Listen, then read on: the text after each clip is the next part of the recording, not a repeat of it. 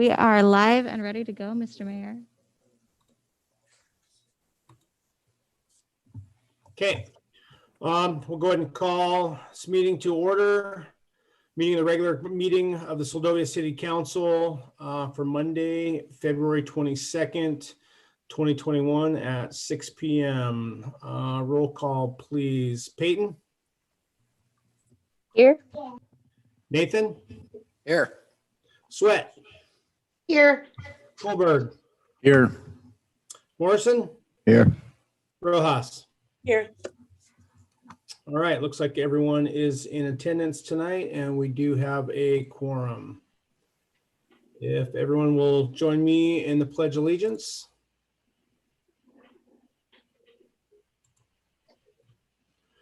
I pledge allegiance to the flag To the flag of the United States of America and to to the the republic for which it stands, one nation under God, indivisible, with liberty and justice for all.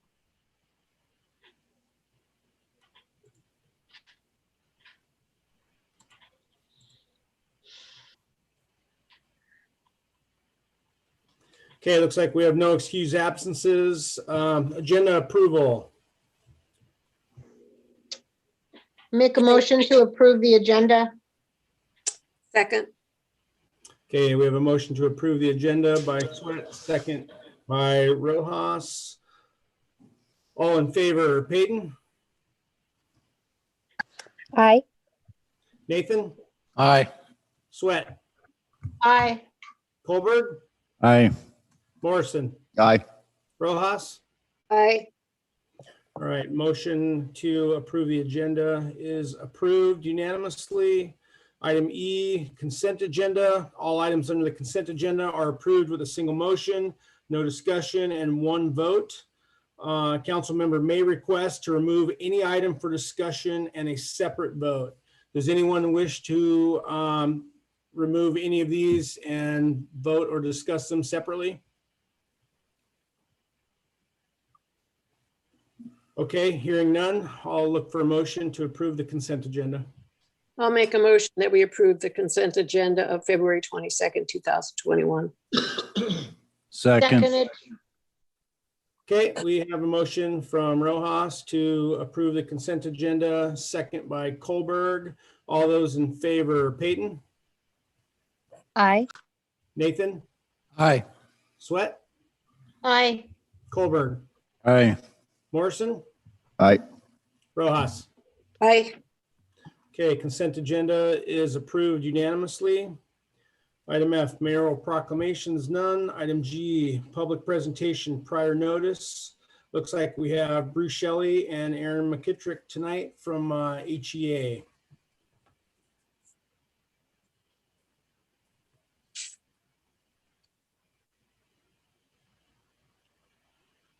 Good evening, Bruce Shelley from Homer Electric. Good evening, Bruce. How are you guys doing? Good, good. I see we got you and Aaron on tonight. Appreciate you guys calling in again and giving us a little update on what's happening. So, Aaron, I'll start. I don't have anything from the outage side, but I do have that the board candidate packages for new HEA board members. And again, we have one seat available in District 3, which includes Seldovia.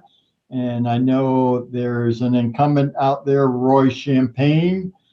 These packages are due by 5 p.m. on March 5th. I want to encourage, that's coming up here really quick. And in order to get a package sent in, you need 15 valid signatures from the district that you're going to run for.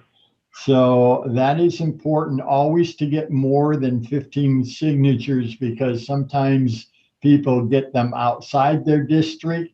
So when we validate, I validated one today, they had 21 signatures. After validation, we only had 15 valid. So it is important to get more than 15 and get them in. Sooner you get them in, if you can get them in next week, get them here. By the end of this week, if the validation doesn't give us 15, I'll call you up and have you go back out and get some. So it's important, get those packages in. Again, that date is March 5th, 5 p.m. Thank you. Thank you, Bruce. Appreciate that. Aaron, you there? Yeah, I just starting out with a follow-up for Bruce on that, because I was asked today and didn't know the answer. In pandemic times, is there a way to allow digital signatures, or maybe just like people to sign something at their house and mail them in separately? Or I was asked that question and I didn't actually know. So Aaron, I know I had somebody ask me today that question because, they might not want to sign the same sheet. We're all right with individual sheets sent in, with their signature, and that would be fine. We understand the pandemic's going on. So if they want to do it individually, but we need to know who they're supporting candidate wise and make sure they're in the district that they're supporting and they are the active member. So when we verify that their signature is valid. Okay, so same mail-in piece of paper, but if a certain candidate, say, had, 10 different people mail you pieces of paper with signatures, but they all said what candidate they were for, that would be okay? I would be all right with that. Yes, I understand it's a little different, but again, I need to know who they are going to support, and then we'll check to make sure they're valid. Yes, that would work. Great. Work for. Mm-hmm. Yeah, I will pass that on. Thank you, Bruce. Now's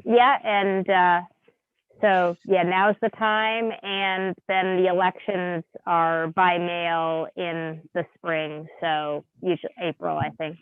Yes, it is a ballot only election again this year due to the pandemic. And so to follow up on that, I think you guys are all probably grateful that we have not so much to talk about this month, because the power has been on and working and we haven't had any big storms that knocked it down. And I better knock on my table here as I say that. And so I guess I wanted to just add a couple things. One thing that some people in town may be eligible for, I don't know if they know about, but there is the Alaska Housing Finance Corporation has a program that for rent or utility relief for people impacted by the pandemic. You have to apply and you have to be a renter. So if that applies to anybody, pass it on. That could help someone out. And you can find the link for that at the HEA website, just right at the top if you're looking for it. Other things, I just, mostly I want to be here for questions, but I just wanted to throw in a couple of our recent challenges and successes we've been talking about at board meetings. One of the challenges that's been ongoing for years, but we are now hopefully nearing a final fix on, or at least a more final fix, is the power line that goes through the park to Halibut Cove, because a creek decided it wanted to go where the old power right-of-way is at Stonehawker Creek, and the park won't let us put the power line anywhere else. And so we've basically been putting quite a bit of money into reinforcing the power poles there, and hopefully they'll be pretty solid now. On the other end of power lines, we successfully sold one of our power lines to the state, the one that basically goes off the end of the Kenai Peninsula towards Anchorage, which, because it's off the end of our system, wasn't really helping us. It didn't serve any of our members, but it was a liability in the case of fires and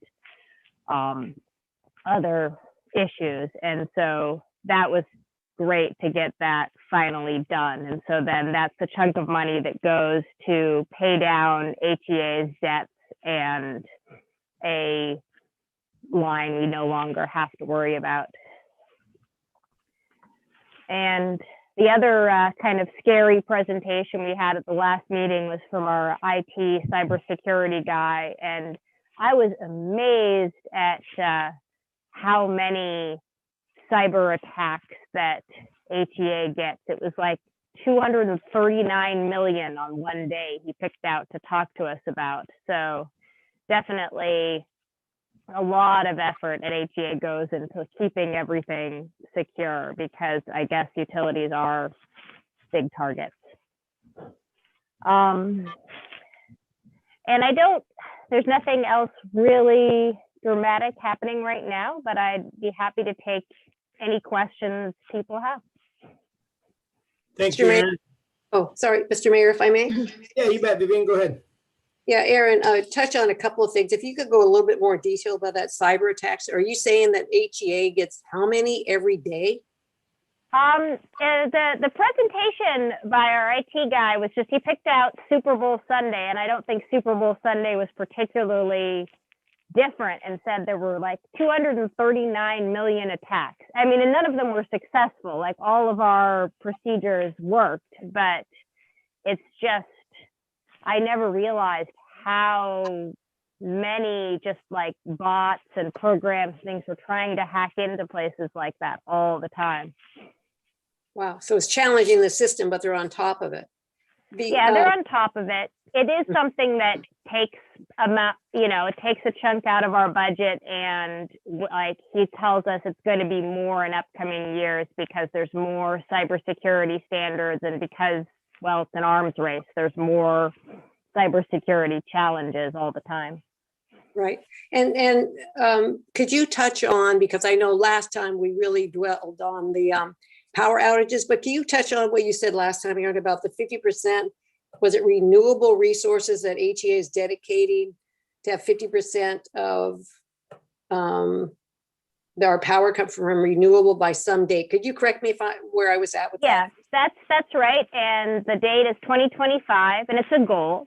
So it's not binding, but that's what we're aiming for. And I think there's a lot of promising opportunities, and natural gas is really a big cost. It's like a third of HEA's budget, and it's gotten more and more expensive for decades. And so we're really hopeful that with renewable energy, we can both get cleaner energy and also, in the end, cheaper energy, and not be so beholden to the rising fuel costs in Cook Inlet.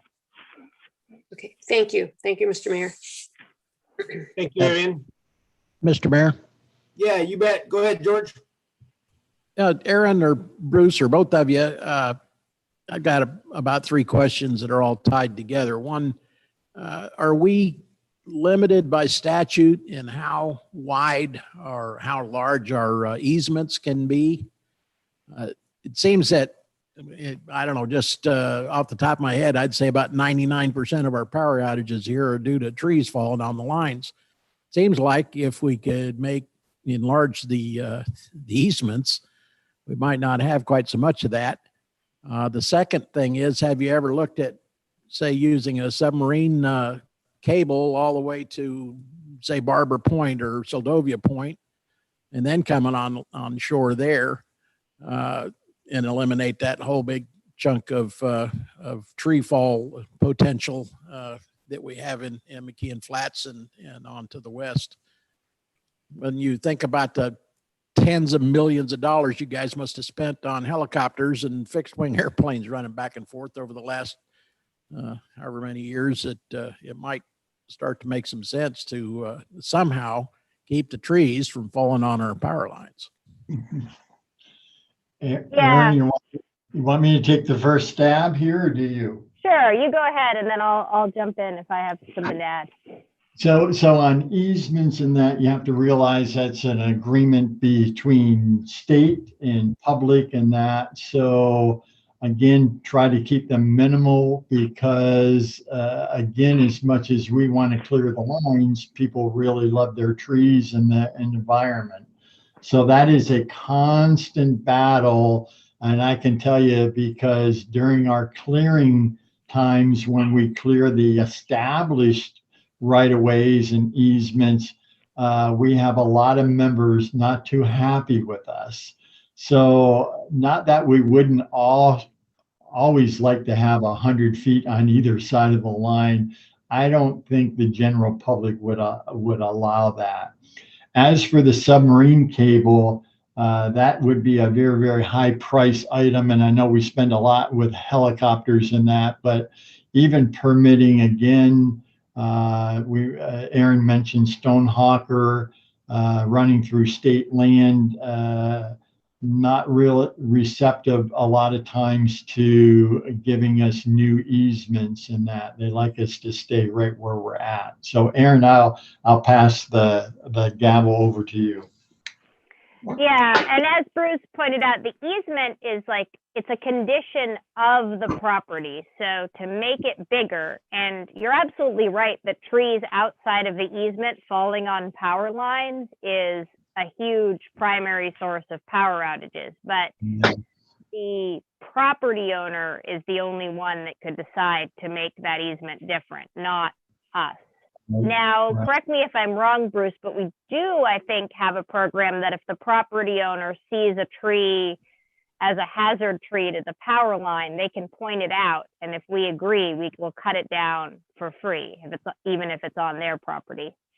That is correct. So even if it's slightly out of the right of way or easement, and we get a call, and we come out and definitely it is a danger to our line, we will take the opportunity by their permission to take that no charge. Again, trying to be very selective in that program. Sometimes we get members that would like us to take down their beetle kill tree, but it's really not quite endangering us yet. But yes, we do have that program.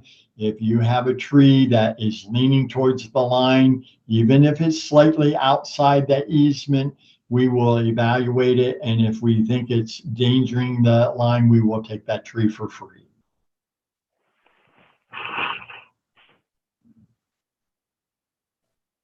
Thank you guys for that. George, do you have any follow-up, or are you good on your questions? Well, I don't, maybe you could talk just a little bit more about the underwater cable. You just dismiss it out of hand because it's too expensive. Is that, I didn't. Well, it is really expensive. I would say that I actually haven't done the math about, I think it would be interesting to do, okay, exactly how much we spend on helicopters fixing a given chunk of line versus the cost for that much submarine cable. I think it probably doesn't pencil out, but I think it is, you're right, something that it's worth doing that math. And I can't say more because I haven't done it, so I'm not sure. Submarine cables are very expensive, but yeah, I can't be exactly sure. Yeah, and I would agree with Aaron. Plus, again, you would have to go through the permitting to lay that cable, whether or not underground or in the sea bottom. So there's quite a few hoops to go at that. But again, until we study it, Aaron and I couldn't answer that tonight. Okay, thank you very much. Appreciate the talk. Thanks. Yeah, Mr. Mayor. Yeah, go ahead, Pearlie. Being basically computer illiterate, these cyber things you're talking about, what are the people that are doing it, what are they looking for? Are they figuring out ways to get free power, or I don't understand what that's all about. Go ahead, Bruce. Go ahead. So some of them actually get through, and they're phishing, what we call phishing, that's PH, fishing expeditions, and I'll get an email that does sneak through, and it'll say that the general manager wants me to release this information and he needs it right now. Well, I can look at that email. They train us up well, as Aaron went through that program. I mean, they train us up, and we're kept always looking for these. So some of them, they're just fishing for information, and they'll use that information then to get into bank accounts and stuff like that. They would use any information. We have what we call SCADA, Secure Communication and Data Access. If they could get into that, they could actually control some of our devices. So yeah, it's just not a very kind thing that people are out there looking to do bad things to utilities as well as any other company that they can get into. All right, thank you. It's like identity theft type of stuff. Yeah, and Thanks. identity to control the grid. Yes, and when they do attack, this happened when I was at the Anchorage School District. They actually had knocked on my door. They had got into my account, and they were knocking on the finance door 3 or 4 different times. So it's not just one knock at the door. They're trying to get in several times in several different avenues into the company. And that's why those numbers are so high. Again, thank you.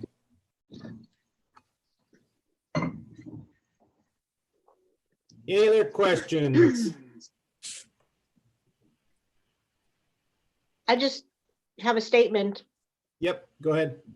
Yeah, I just want to say thank you to HEA and Aaron for giving us these updates periodically. They're really informative, and we've been wanting something like that for a long time. And so thank you for your time for doing that for the community. That's You're all. welcome. You're welcome.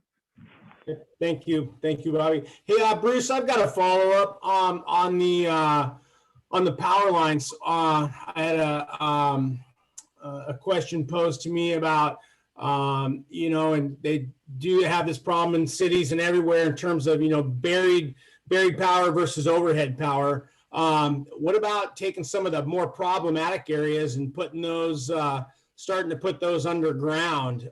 There's probably been a number of cost analysis, but have you guys ever thought about doing anything like that? Starting to put some of these overhead lines in densely treed areas underground? I can't answer that exactly. I'm not in operations or engineering. I'm sure they've looked at some of this, but again, the cost goes up quite a bit. And even to, why do they put lines along roads?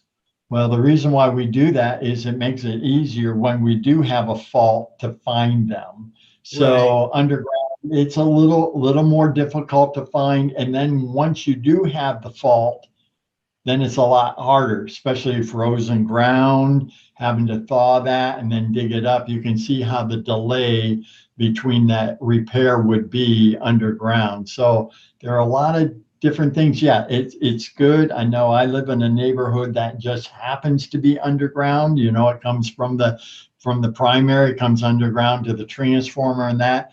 So I have a few less outages, but yeah, I think probably the cost of that. And then we do have a program, an injection program. So after about 20 to 30 years underground, some of these cables start to leak. So then we inject them. We go back in a program where we inject them and seal them back up. So I think it's cost more so than anything.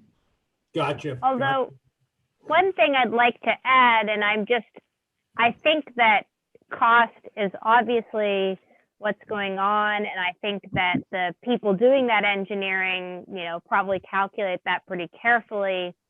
But one thing maybe we could do in the future is think about the amount of beetle killed trees that are in various areas, because I'm not sure how well it's been calculated for the differences between the past and the future. Like, are we going to get a lot more trees falling down, and might that shift the balance in some places? And maybe that'd be a good thing to look into.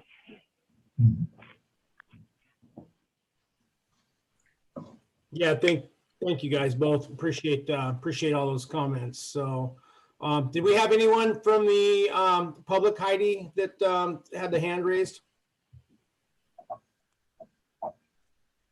I'm not seeing any hands raised at this time, Mr. Mayor. Okay. Anyone else from the council? Okay, it looks like we're all good. Bruce and Aaron, thank you both again for attending. We appreciate it. And yeah, we'll look forward to talking to you guys again in the future. Okay. Thank you, sir. All right. Thank you. Thank you. Thank you guys. Have a good evening. Bye-bye. You too. All right, we'll move on to item H, public presentation for items not on the agenda. Did we have anyone, Heidi? I'm not seeing anybody at this time, Mr. Mayor. Okay, sounds good. Moving on to item I, committee and advisory board reports. I don't believe we have anybody signed up this evening. That'll take us to item J, public hearings, resolution 21-28, a resolution of the City Council of the City of Soldovia, Alaska, approving the RFP for the harbor kiosks and appointing members to the lease review committee. And we'll go ahead and have a presentation by staff, and this is on pages 22 through 37 of your packet. Thank you, Mayor. Hi, Council. Hope you're having a good evening. This RFP is just a way of ensuring that all community members that are interested in having an opportunity to secure a lease for one of the kiosks has that ability. And so the resolution passes the RFP document, which is included for your review. And then it also asks or gives permission for the mayor to select 2 council members that'll work with the harbor master and evaluating all of the proposals. And so all the documents are numbered. So if there's certain sections of the RFP that you would like to discuss further, it's to make that easier. And I already have one edit that I would like to make to the document, which is regarding the insurance coverage. I want to drop the $1 million aggregate sum to $500,000 that a tenant would need to carry in order to use one of the kiosks. But other than that, open to discussion from the council to see if you want to move forward with the RFP as is, or do you have additional changes you'd like to make? Okay, thank you, Rachel. We'll go ahead and bring it to council for discussion, questions or comments.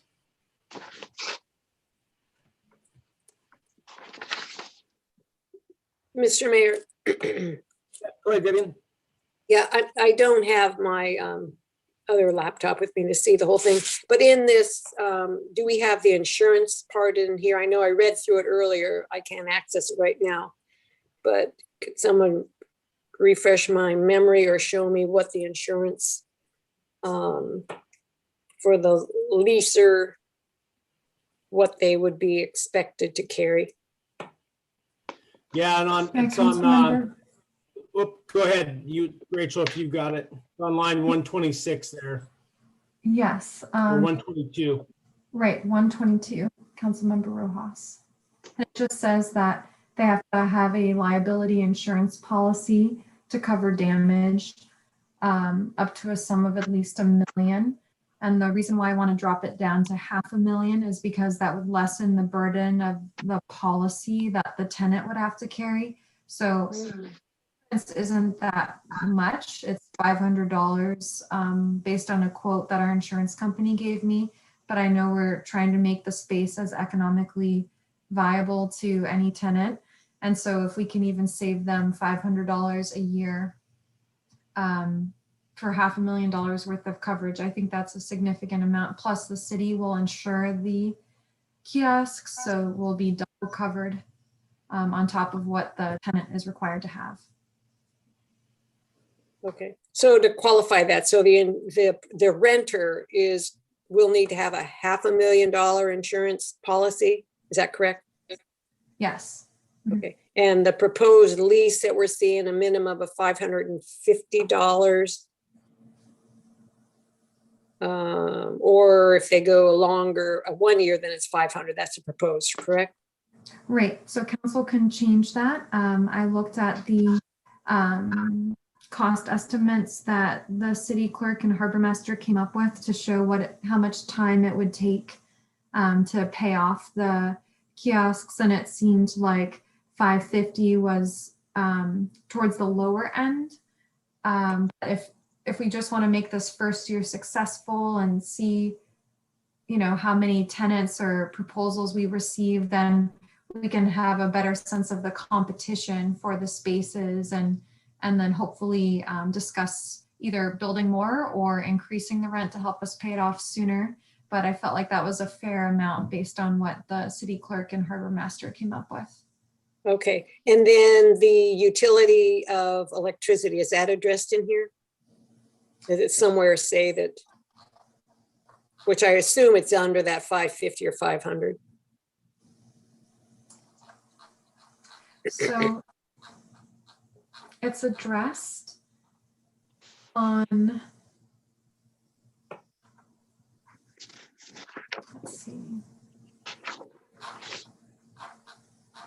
It's addressed in the lease document that they're responsible for utilities. So the city would not be paying for that. I'm sorry, it cut out on my end. I'm sorry, what did you say? It's addressed in the proposed lease document that the tenant is responsible for the utilities. Okay, and we are going to have a meter on each one of the individual kiosks, so they would be responsible for that. Okay. Okay, thank you. Thank you, Vivian. Any other questions? Yes, I have a question. Yep, go ahead. So Rachel, maybe you already said it, and if you did, I'm sorry, I didn't pick up on that. So you said the tenant's gonna have to have a $500,000 policy, insurance policy. Do you know what the cost is going to be of that to the person that's getting it? Did I miss that somehow? No, that didn't come up through the mayor. Councilmember Sweat, our insurance company gave a quote and they said that, it was just an example quote, but it would be about $1,000, but I believe that was for a year-long coverage. So I don't know if we had a seasonal tenant, would that reduce the coverage policy, but it is in our best interest to definitely and make sure that those spaces, which are heavily traffic areas, and hopefully will get a lot of use, do have a requirement from the tenants to insure the kiosks with their business. And I guess for a comparison, in Soldovia space, we require tenants to have $1 million insurance policy, but it's a way larger space with a lot more risks compared to the kiosks. Yeah, okay, well, I understand it that, we have to do that. It's just gonna be a lot for the folks that are looking to rent these kiosks. I have a couple more questions. Are we just on the, I'm sorry, just a minute. Are we just talking about the resolution right now? Or are we talking about the resolution, the lease, all that? All of it. The All of resolution it. approves the entire RFP and appoints two of council members to the review committee. Okay, well, I have a problem with the lease agreement.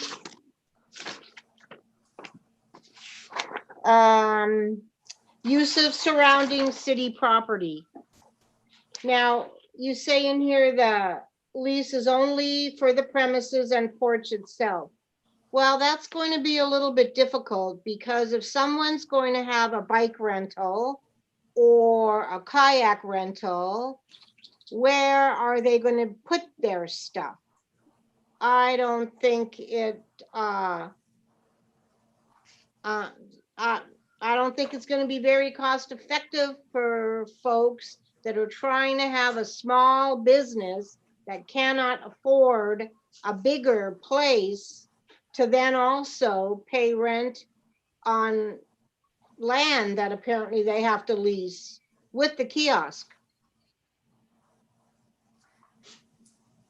Through the mayor, Member Sweat, the RFP document says that we can negotiate with the future tenants if they would like more space. So we're not limiting that whatsoever. That lease document you see is just a draft, and in the RFP document itself, it's also stated that it's only provided to give the tenant a sense of what a lease document could look like. So that's not the final written in stone lease document. It'll vary depending on whoever the tenant is. But if you look at line 259 in the RFP, it gives an opportunity for the tenant to, on a map that will make, line out what additional property they would be interested in leasing in addition to the kiosk. And then that's also called out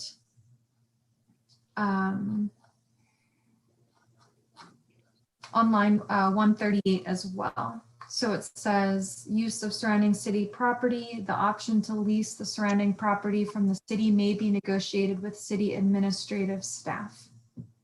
Yeah, but that's what I'm saying. I don't think that's right, because they're going to need some space to put they're renting the kiosk to have a bike rental or a kayak rental, say, and then they have to lease more space to put Can I jump in? Can I jump in here? Yeah, Okay, here's how the procedure works. This document, it's a working document like any lease. All it's saying is it allows a tenant to be able to lease more space. It does not set a lease rate. The agreed to space could be $1. I don't care what it is. You don't care what it is. This is an instrument to be able to allow to do that. You can't, unless you know up front what the person wants right now and you want to put it in stone, you can't do that because we have no way if they want to run a used car lot out of there or if they want a simple little bike rack. This is just a document that says it doesn't have to have all the details. All it says is that that person can have the ability to lease additional space that's adjoining to the kiosk. So that's where you're getting hung up at on that. It's just an instrument. That's all it is. The particulars are not there until you get an application for a tenant. And then at that time, that's when you get the lease, all the details of the lease worked out and any additional square footages that they might want. Does that make Okay. sense? yes, it makes sense. Okay, yep. Okay, then I won't say anything more until that happens. Okay, so yeah, I mean, that's just the procedure, the way it works. So, I mean, yeah, nothing prohibits them from being able to apply for more space in conjunction with, with renting of the kiosk. Okay, any other questions? Or Rachel, did you have anything additional you wanted to add to that? No, Mayor Campbell, I thought you lined it out fine. It's just letting people know that there is an option to negotiate and then asking for more information, and then we would go from there, basically. So the review committee would look at all of the proposals, see what everyone's asking for, and then forward recommendations of 2 possible tenants for council's consideration to enter into a lease arrangement with. And then it would be either for a short summer term or year round. And we would go from there. Yeah, that sounds good. For example, I mean, if it was going to be a bike rental or a kayak business or something, maybe they need for a racks or something, a 6x20 or a 6x10 space or something. I would take it that whoever's on the review committee would come, if that was something that was approved and they wanted to make the recommendation to council, that you guys work through that at the meeting, or during the review process, and come forward with a suggestion on, additional pricing or something like that. So, yeah, and then again, that's all subject to negotiation with whoever wants to apply for that. So, pretty straightforward process, pretty standard, I would say too. So, all right, Mr. Mayor? any other questions? Yep, go ahead, Pearlie. Yeah, just to follow up on that is, where are these kiosk renters supposed to park? As we know that lot gets filled up with cars every summer. Is our cars going to be just pulling in front of the kiosk and parking, and they can do nothing about it? Are they going to have a parking space there? I think in our ordinances we have you have to have a parking space if you have a business. Just wondering about that. It seems like we have to protect these renters at least so they can have a space to get product in and out, or someplace to park their car if they get there early in the morning and the place is full. Where are they supposed to park? And I think it is one of our ordinances. Thank you. Mr. Mayor, I can speak to that if you let me. Yep, go ahead. Yeah, this was discussed in the original proposal that we would be marking it off, measuring and marking it off as to how close cars can, obviously, we don't want the cars to pull up to be parked right smack dab to the building. So we were going to mark it off. We hadn't really set a specific, amount of feet, but we were going to look at that when the kiosks get settled and are in their permanent place. Then we would mark it off, and as to how far the cars can park to that line. And we were going to kind of make it cute. I don't know how we're going to do that yet, but we got some ideas. Yeah, Mr. Mayor. Yep, go ahead, Pearlie. Yeah, just to follow up on that, seems like it ought to be in this resolution that there is going to be that availability. Yeah, and I didn't see that in here anywhere. Rachel, did you guys talk about that or have any comments on that? Yeah, so Councilmember Morrison, if you go to line 74, it says the city will provide a small roped off section of city property in front of the kiosks to ensure cars do not park right in front of either kiosk's entryway.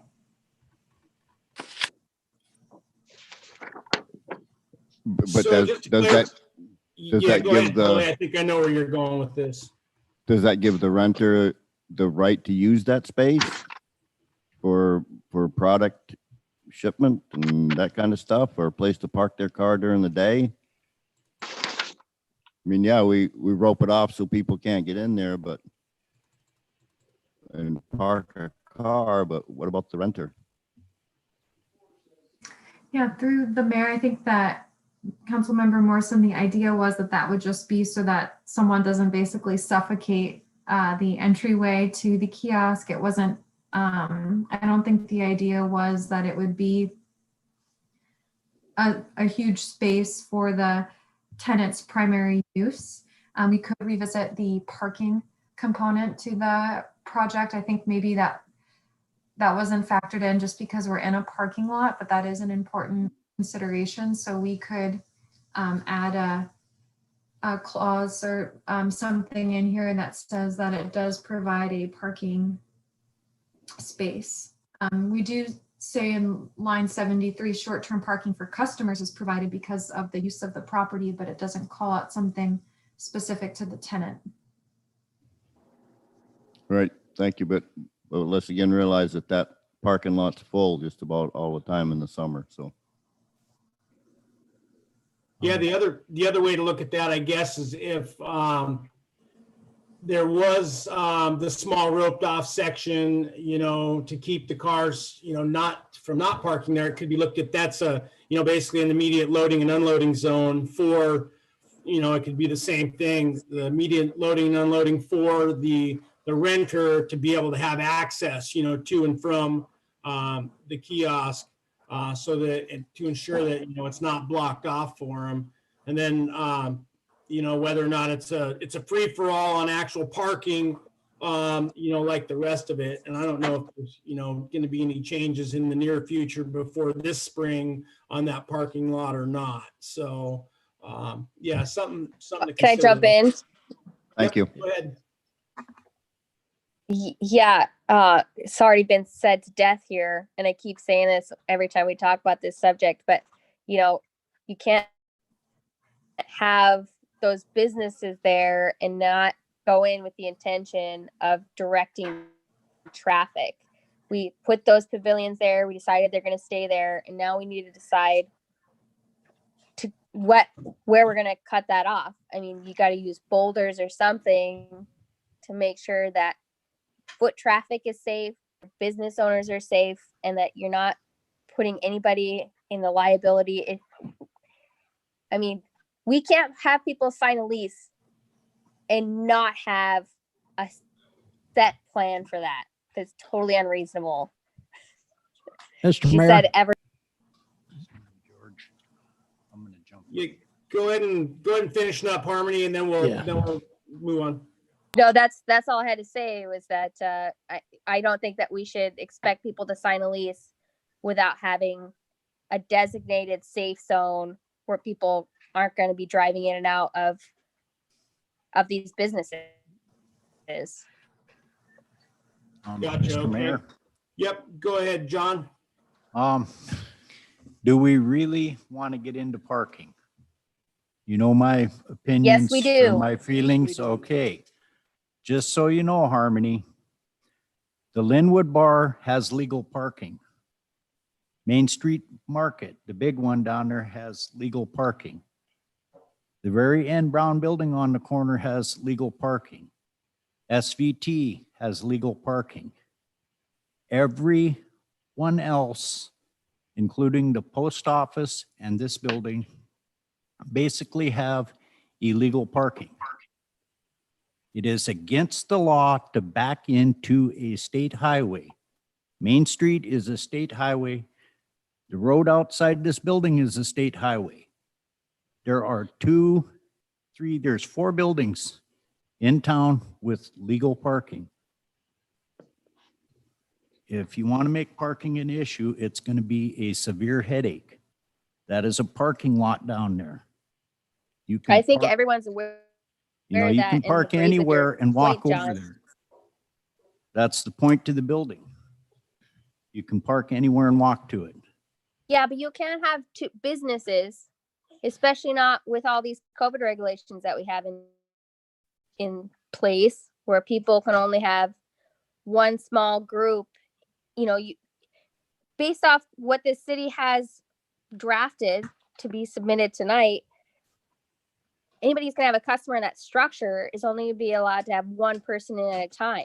So that means you potentially have the rest of their group or other people waiting to enter those buildings, and they're just going to stand there in the parking lot. And, that's something that happens anyways. But we put those buildings there with the intention that they're going to be a business. Yeah. You're looking for a rather than talking about parking, you're looking for a safety zone, like like what we've done with our business. We put rocks up in front of it so that no one drives through the kitchen or through the room. I mean, that's probably- On that's top of the probably parking, not- both of those things need to be addressed. That's probably not unreasonable to discuss, to have some boulders in close proximity to the front so that, no cars do come barreling through there. And that's obviously, separate from the parking issue in terms of spaces. I don't know how we're going to solve that problem short of, having some spaces designated for each of those. And that's also an option if the council wants that. Mr. Mayor, Yeah, Right. go ahead, George. I go ahead, John. Sorry. all right, who's talking? Go ahead, George. My then we can turn? Come back. All right. Let's don't shoot ourselves in the foot over this. Just off the top of my head, I can think of about 100 ways we could divide that parking lot up to where there's plenty of room to park and plenty of places to park for customers and owners of the, or lender, lease people of those buildings. There's plenty of room to make at least 2 rows in addition to the single row up against the water.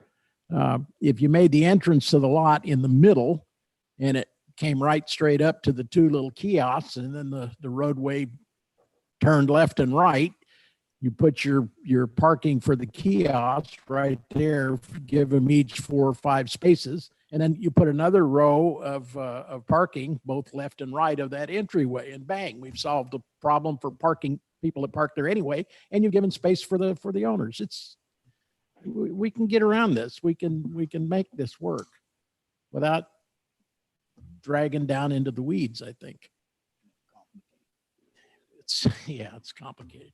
The other thing I wanted to talk about insurance for a second, if I could. Those buildings right now are insured on the city policy. They have to be. They're we own them and they're on our property. So I don't think you're going to be able to get a $500,000 trip and fall insurance for 3 months. I'm pretty sure the insurance company is going to want, a year. I know that's what they do to you with airplanes. Everybody used to take their airplanes off of the insurance in the wintertime, and you can't do that anymore. You got to buy a year worth of insurance.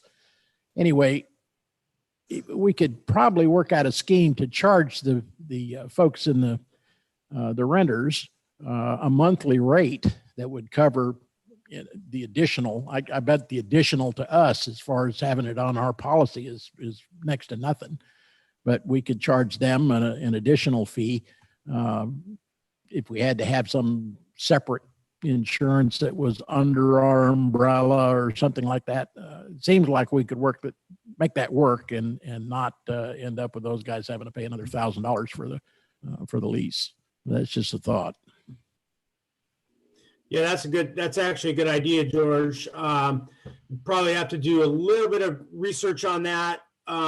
Rachel, you can jump in, but yeah, I'm sure if we talk to our carrier, they'd give us some guidance on that, if that's something that, maybe other communities do, or, if that's a possible option. It'd certainly be more cost effective for the tenants. Yeah, thank you, Mayor Campbell. So with the insurance, the whole point of having the tenant carry additional is we as the city don't want to have our insurance coverage costs go up higher as a result of someone creating a risk or an incident happening with their business operations. And so the whole idea is to protect the city, because right now the buildings are not insured. I've been in touch with our insurance company to get them insured. It only costs probably under $50 per kiosk to add them onto our policy, but that's for our benefit. We want tenants to have additional insurance, because if they cause a liability or an issue, we don't want it to touch our policy, because then that could cause us to have to pay thousands of more dollars next year when our insurance company adjusts based on claims that have been filed against the city of Soldovia. But Yeah, it's a decision. I think the other problem that might come in with this is the indemnification clauses. Because basically under this, yeah, you want, usually you want your tenants in a commercial situation like this to be able, their insurance to be able to indemnify you from liability. And in this case, if we were holding the policy, we have to do that to ourselves, and I don't know if that'd fly. So, yeah, there's definitely, this could be a little problematic in thinking this through, but so. Yeah, Mr. Mayor. Yep, go ahead, Pearlie. Yeah, with my coffee shop down there, if you guys want to insure that, would be nice too. I think my city taxes and what I pay the city might want to insure me also, if you're going to insure them buildings. Thanks. Mr. Mayor, if I may? Yep, go ahead, Vivian. Yeah, a good conversation about all this. I think the city, without a doubt, wants to have their renters have their insurance policy. I think that should not even be a question that we're pondering tonight. As far as the parking goes, I think I agree with what George was saying. I think the parking and then safety zone are two separate items. So I think we can address those, and we will be addressing those when we go through our land use agreements and parking. I think we've got a great document here that is moving forward with what we are trying to accomplish in getting these kiosks, getting us money back and having business and economic growth happening.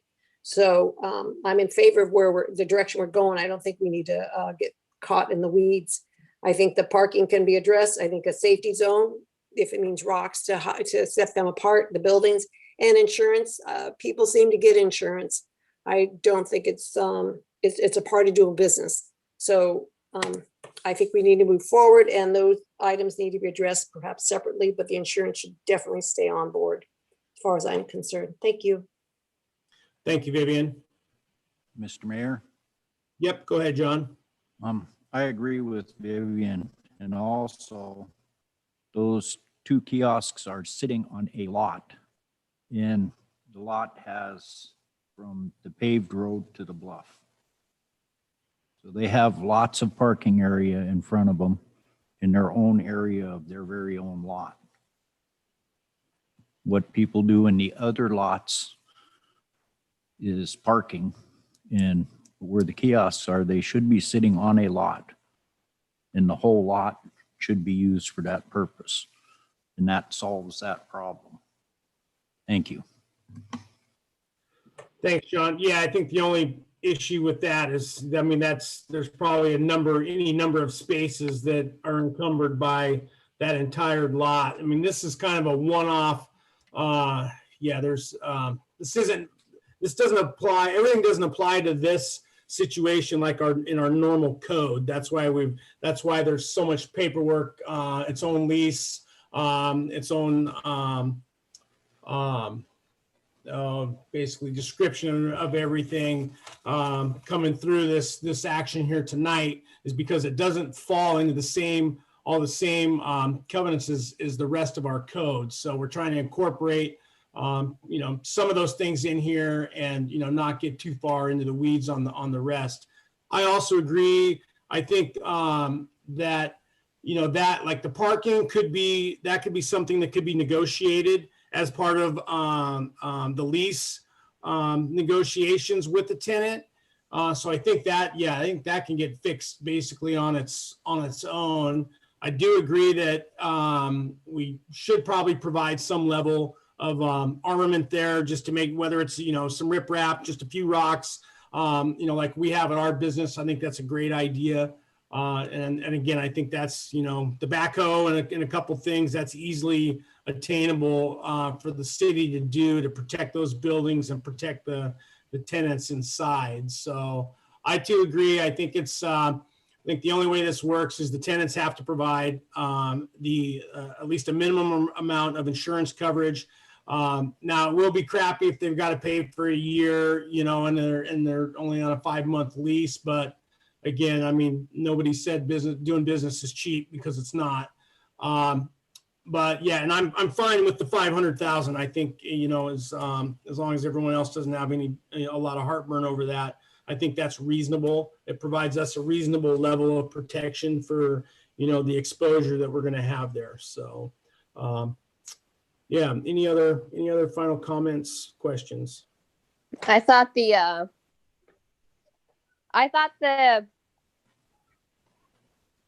what the staff presented was great. I really like this as a skeletal.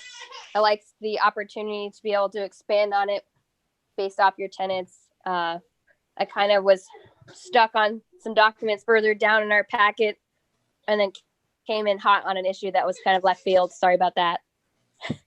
But I agree with the amendment on the insurance as well. So my apologies.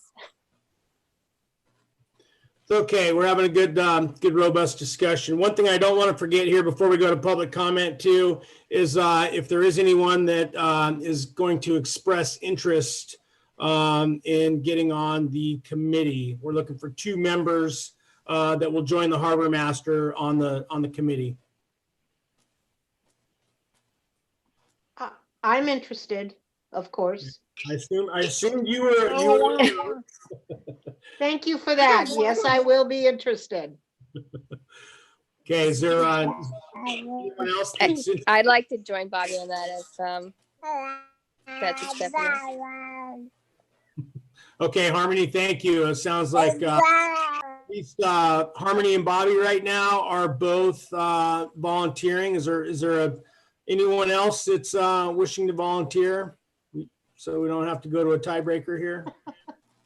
I'd like to nominate George Nathan. How about you, George?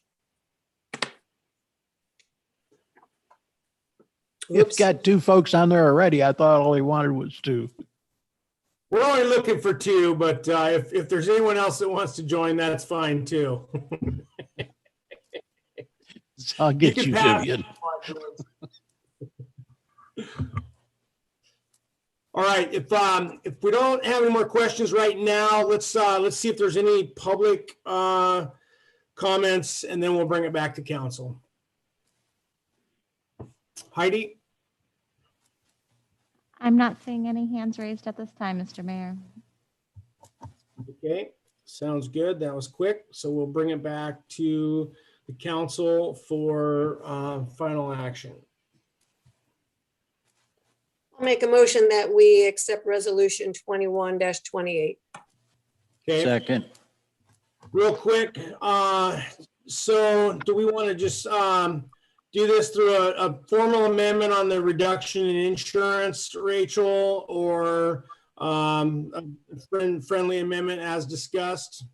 How do you want to handle that? Thank you, Mayor. I think a friendly amendment as discussed, because it's just making a edit to the RFP, and you guys are gonna adopt the RFPs through the resolution. So I think we're just fine. Okay, sounds good. So are you fine with that, Vivian? I am. Okay, so we had a motion to approve from Vivian, and who was the second from? Sorry. It was from Mr. Colberg. Okay, John a second. And that will also be appointing members Sweat and Peyton to the committee. All those in favor, Peyton, Aye. Nathan, Aye. Sweat,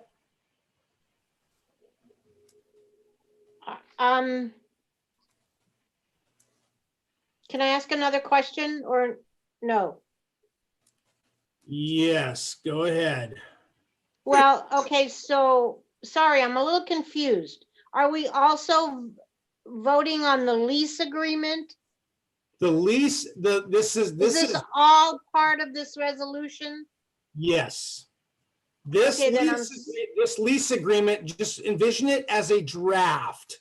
It is a draft. It is a draft, document. okay, This lease will change when you get a tenant. There may be additions and deletions. okay.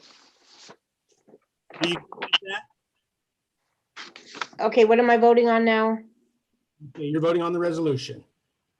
Yes, Okay. Colberg, Yes. Morrison, Right. Rojas. Aye. Okay, motion to adopt resolution 21-28 is passed unanimously. Okay, it is, let's take it's 7:05. Let's take a 5-minute break. Let's try to keep it quick. We're getting I'm gonna sign off too and try to sign back in here too. Our bandwidth is low and a lot of us are getting frozen and starting to jumble on the speech here. So let's take a quick 5-minute recess and then we'll get back with item J2. Mayor Campbell, if I may real quick, I would like to just throw out a reminder that we do have a guest speaker on the line waiting to speak. So if everybody could definitely be prompt in the coming back in 5, that would be helpful because he's 2 items away still. Okay. Yep. Let's, if we can do that quickly, then we'll get back to it.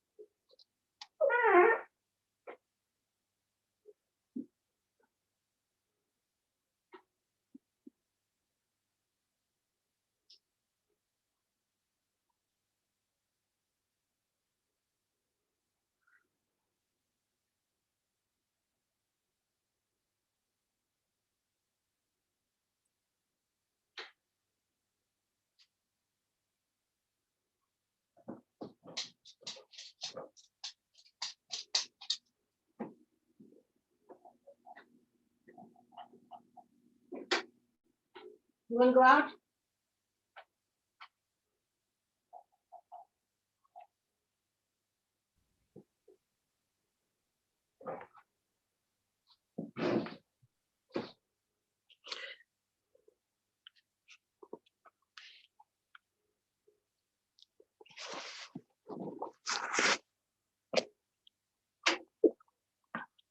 Jeremiah? I can't hear you. Yes. Do you need me to call you? Oh, no. If I talk to you, can everybody else hear me? Yes. Oh, never mind then.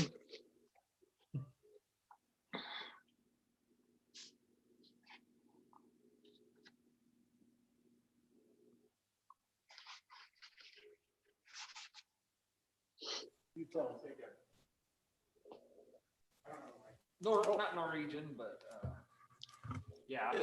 Jeremiah, Heidi just stepped out for a second. She'll be right back and we should be ready to go shortly. Okay, perfect.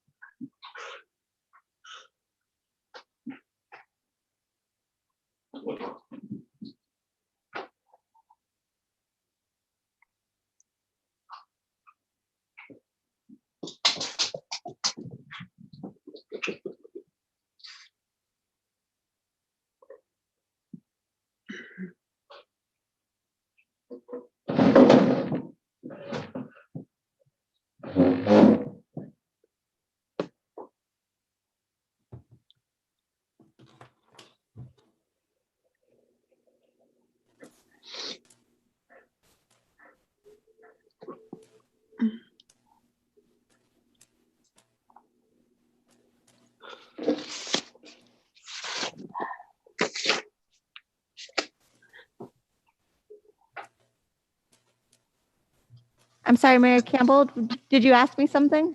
Nope, we're just checking. Whenever you're ready, just let us know and we'll get started. Oh, I think everybody's back and here. Okay, looks like we got everybody back on the screen here. All right, we'll call the meeting back to order, and that's going to take us to item J2, Action Memorandum 21-05, authorizing the participation of Councilmember Payton as a representative of the City of Seldovia with the Seldovia Chamber of Commerce. And go ahead, staff, take it away.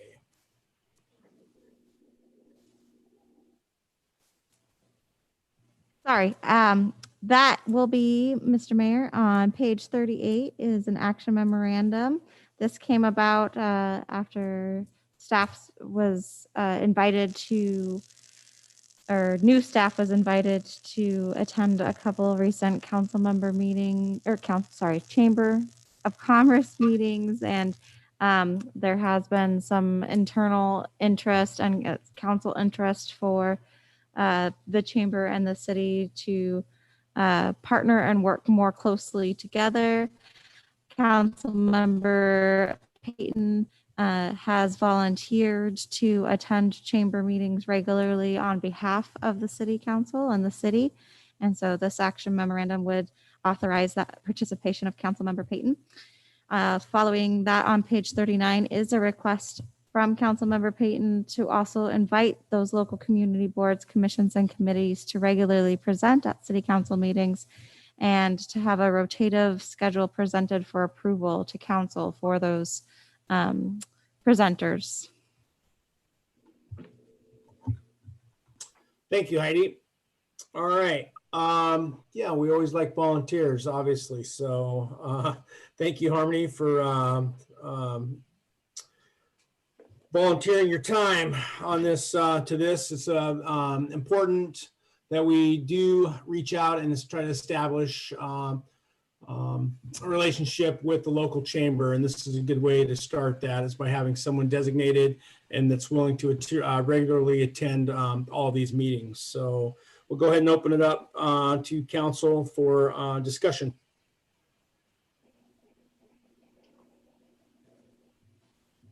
Mr. Mayor, Yep, go ahead, John.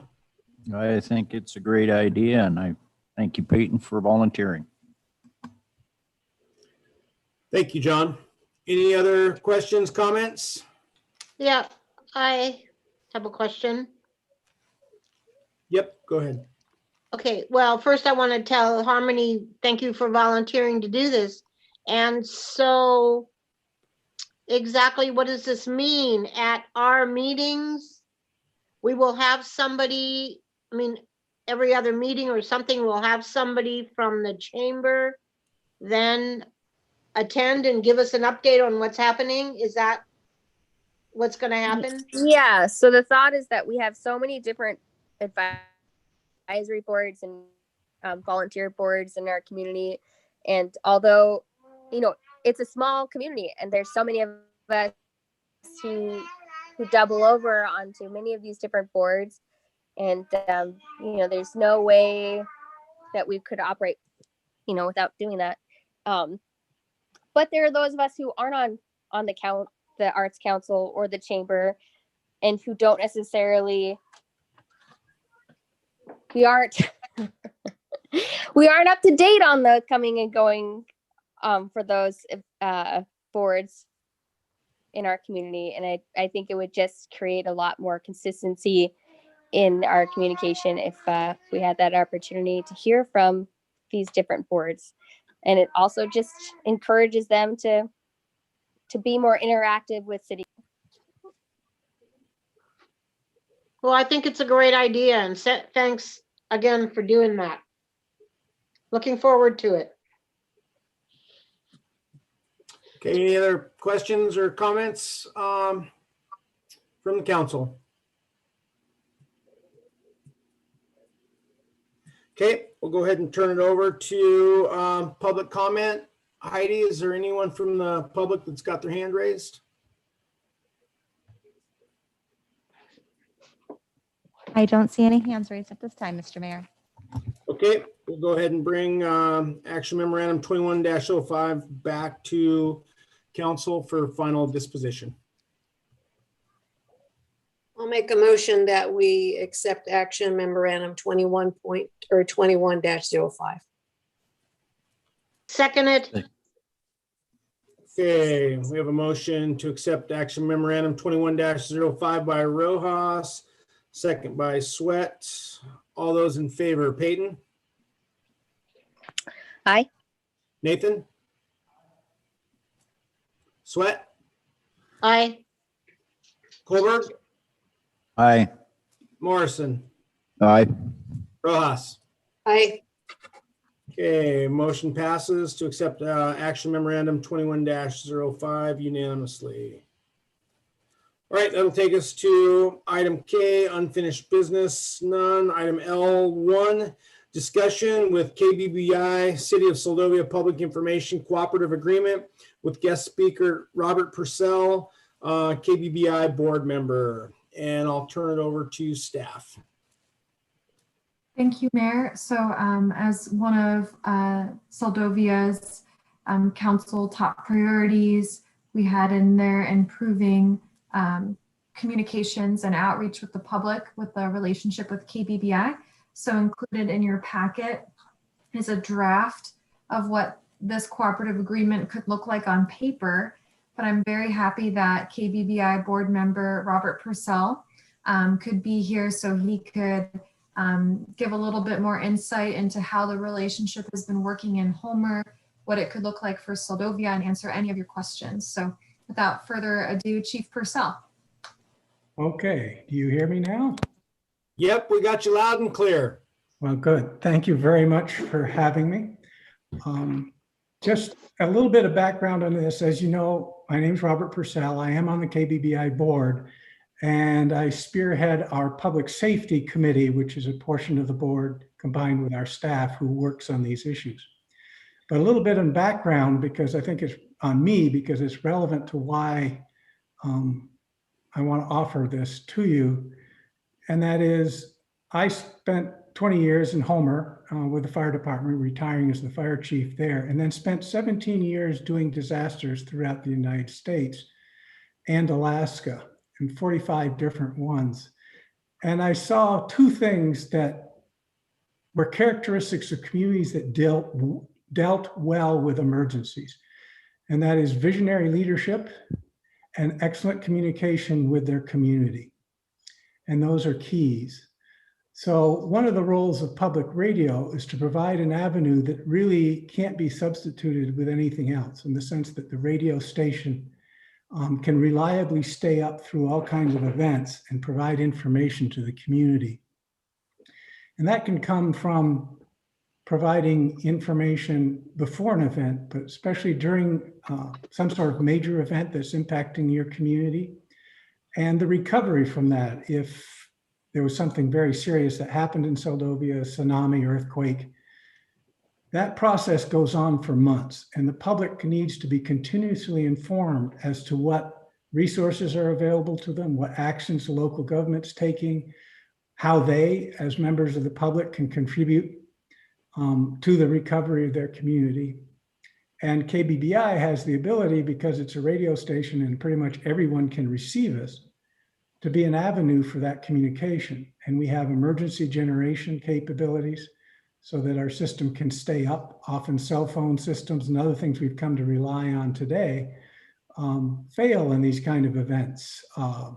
Cell phone systems go down, other systems go down. So it becomes a pathway for you to get information out to your community. And it's quite reliable. KBBI is going to be building up additional backup capacity. And public radio is considered a critical infrastructure by the federal government.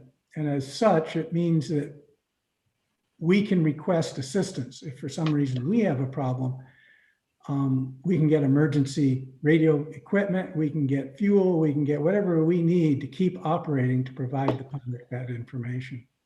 And so it can be either in a catastrophic event or something much less. I think maybe a couple of examples you've seen recently is these COVID briefs that are occurring weekly and other information that's being shared with the public on our current situation. Last summer, we faced the wildland fires, and for people from Seldovia who might choose to fly to Homer and get in their vehicle to drive to Anchorage, knowing whether or not the road was open was valuable, I think, to community members. So those are just kinds of examples. I'd be happy to answer questions. The concept is to pre-plan, to have in place ahead of time an understanding between the city of Seldovia and KBBI on how we would manage this process. It's really pretty simple. So the umbrella, if you like, is a cooperative agreement or a memorandum of understanding. And then underneath that, you develop your operational plan. And that is how the city specifically wants to take advantage of this, who in the city takes advantage of it, who they contact in KBBI 24/7 if they need to communicate, and vice versa. So it's to put in place those capabilities and those resources before there's a need. And it needs to be tailored to what Seldovia feels that they need. Now, the cooperative agreement with the city Homer is potentially slightly different simply because KBBI resides within the city of Homer. And as such, it's part of that local infrastructure there. But I think it still has a lot to offer to Seldovia and people in general across the Bay in terms of providing conduit for information in a timely way. And the radio station's committed to that and is staffed to be able to do that, so that if necessary, it can do it 24 hours a day, providing live information or updates. I don't want to go on any further. I'd be happy to answer questions that might help you kind of get some more background on how this might work. Yeah, thank you. We appreciate that introduction and those opening remarks. Yeah, obviously, lots of information, lots of good information here in this cooperative agreement example that you guys provided. This is good information. So, any questions or comments from council? Mr. Mayor? Yep, go ahead, George. Mr. Purcell, appreciate you showing up and sharing with us. Just one quick question. Do you have a hardened communication system that we could gain access to, some way to communicate with you from here in the event of no cell phone or hardline telephone service? Are you using, say, a marine radio or Citizens Band or some other method of communication already? We're looking to work with our ham operators in the communities and other. And as we expand what we're doing, let me share part of the expansion, because I think Seldovia is part of this, is exactly the kind of questions that you bring up. In other words, as we look at building a relationship with Seldovia, then that's the type of question that we need to answer and find a solution to, whether it's marine band radio or another approach. In addition to Seldovia, we're talking to the Kenai Peninsula Borough and Ketchimek Emergency Services, talking to State Forestry to have similar types of agreements. We want to have a conversation with South Peninsula Hospital. We want to have a similar conversation with HEA, because KBBI can be an effective communication source for HEA to get information out to the public about power outages, how long they might last, and other things like that.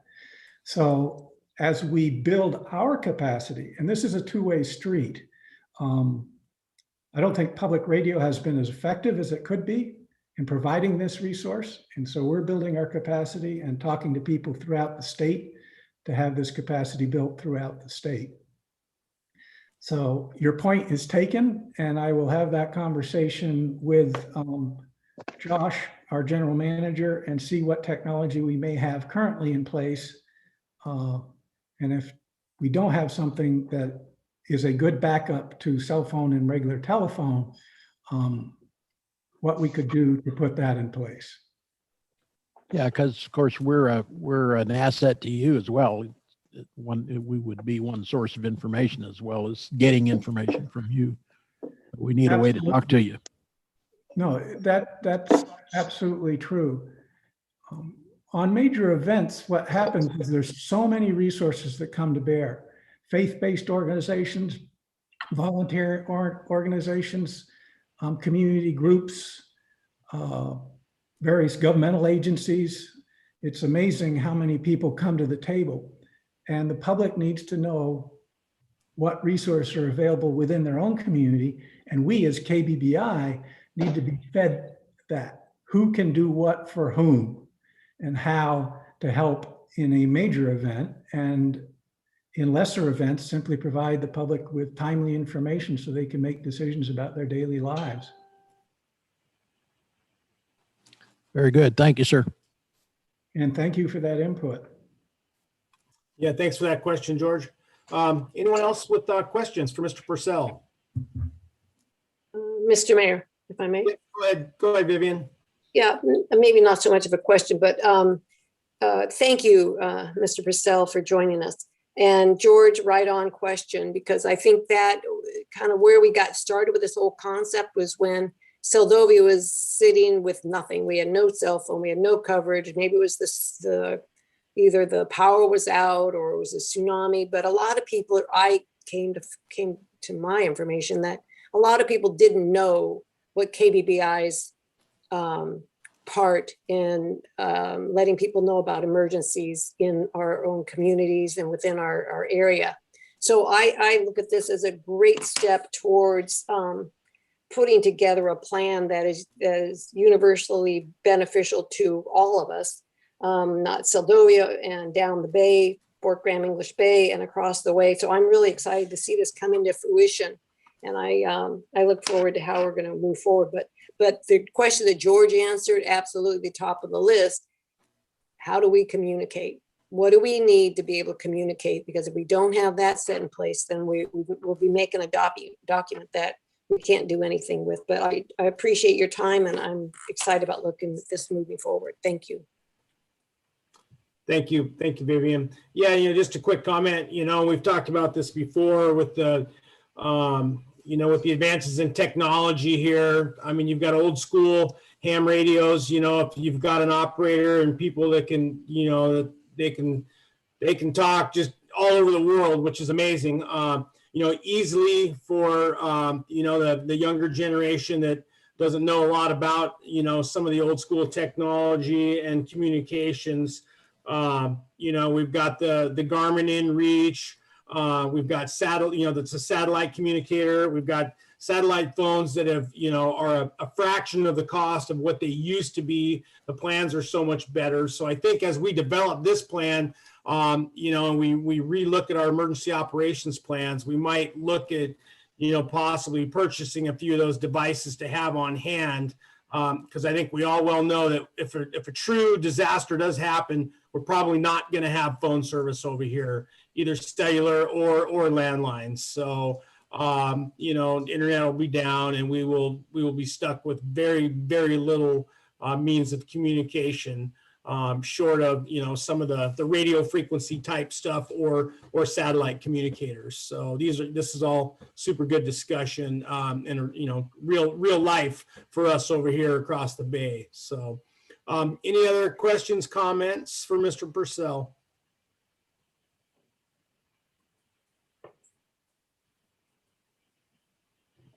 Okay, we'll open it up for the public. If we have anybody from the public that would like to comment. Mayor Campbell, I'm not seeing any hands raised at this time. Okay, no one from the public tonight. All right, we'll go ahead and bring it back to the council. And I guess tonight for this, it's a discussion. Is City Manager Rachel, are you looking for us to give you guys some direction to continue to move forward with this, or what would you like to see from the council tonight? Thank you, Mayor. No, council gave us great direction through your adopted priorities for 2021.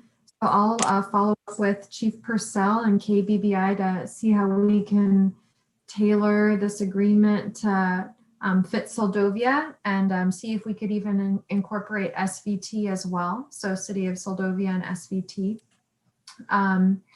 and bring forward a draft that council would then adopt through a resolution in the future. So got plenty of direction, and Councilmember Nathan asked a great question. So I hope in working with KBBI, we can figure out how to ensure that we have constant communication despite a disaster, with support from KBBI as a partner. Okay, thank you, Rachel. Yeah, and this is pretty exciting for our community to be able to work on something like this. So if we can finish this up and work through this whole process and get an MOA or a cooperative agreement in place, that will be huge for our community in terms of emergency response, and just communications overall in the time of need. So Mr. Purcell, any closing comments on your end, or? No, well, yes, in the sense that one is I want to thank you for entertaining this, because I think it is of value to all of us, and we want to make this work. I look forward to working with Rachel and anyone else from your community who may be part of your emergency management team to develop this agreement and then develop some of the practical solutions that may be identified. As we just mentioned, you certainly don't want a single point of failure in communications. You want multiple strategies, and we need to provide that for you, and you can provide your end of it. That is, I think, critical, and it's one of the things that I see fail so often. So frankly, it's a joy to work with communities who want to really help. I've done 40 years of emergency management, so it's dear to my heart. So thank you very much for your interest and focus on this. Yeah, and thank you. I think I speak for the entire council and our community. It's nice, when we find people that are experts in their field and want to help us. So obviously, we'll take any help we can get, and we really appreciate you guys and look forward to working through the process here. Two comments that you said right out of the gate, in terms of when you talked about visionary leadership and and furthering communications. I think that's what we're looking for with this council and this body to do. So as visionary leaders, we want to make sure that when it really does get bad, we have done our due diligence and we have put some things in place to make sure that we're not cut off from the outside world, and we can obviously get the help we need or be able to provide help if someone else needs help. So again, thank you very much. And yeah, I think Rachel and the staff, you'll like working with them, and any of us that we can pull in as well to help out with this. So thanks for your time tonight. Thank you. Thank you. Yeah, thank you everyone for that. That was a good discussion. Lots of good information there. That'll take us to item L2, discussion naming the multi-purpose building in honor of A.W. Andy Anderson. And this will be on pages 45 through 48 of your regular packet. And we'll go ahead and have a presentation by staff. Yes, thank you, Mr. Mayor. As you said, pages 45 to 48. I'm just opening it up here. I did a little digging on the research of the construction of this building and the phases that went through to become what it is today. And I couldn't find any connection with naming the building in that research. But I did include photos from the room downstairs of the library. That conference room was dedicated to Shirley Jean Giles. And then of course there's a beautiful display in that conference room with the history of the library, information on Susan B. English, and just I found it fascinating as a side note that the library has been operating since 1936. So longer than the city's been incorporated. But with that note, I did do a little briefing on Andy Anderson on page 47. Of course, he served as the city chief of police for 32 years, as the longest officer that served, and the second longest user of space in this building next to Dr. Reynolds. And on page 48, there was a recommendation from staff to have council decide whether they wanted to move forward with naming the entire building or the Seldovia Police Department office after Chief Anderson, so that we can better solicit comments from the public. And then recommend a motion that council makes a motion for staff to assist the mayor in drafting correspondence with Chief Anderson's family regarding the naming of the building. If the family is okay with this naming initiative, then staff will issue a public notice to solicit comments from the public. Once we've gone through that process, then we would bring it back to council for approval by resolution and potentially have a naming ceremony. Okay, thank you, Heidi. Appreciate that. We'll go ahead and open it up for initial council discussions here. Yeah, Mr. Mayor. Yep, go ahead, Pearlie. The little room downstairs, that's what Shirley Giles or the library? Yes, the conference room downstairs of the library it's dedicated to Shirley Jean Giles. So it's just that one room that's got a name at this point, a name dedicated to it. Mm-hmm. I'd be kind of thinking about maybe leaving it open instead of naming the whole building for Andy.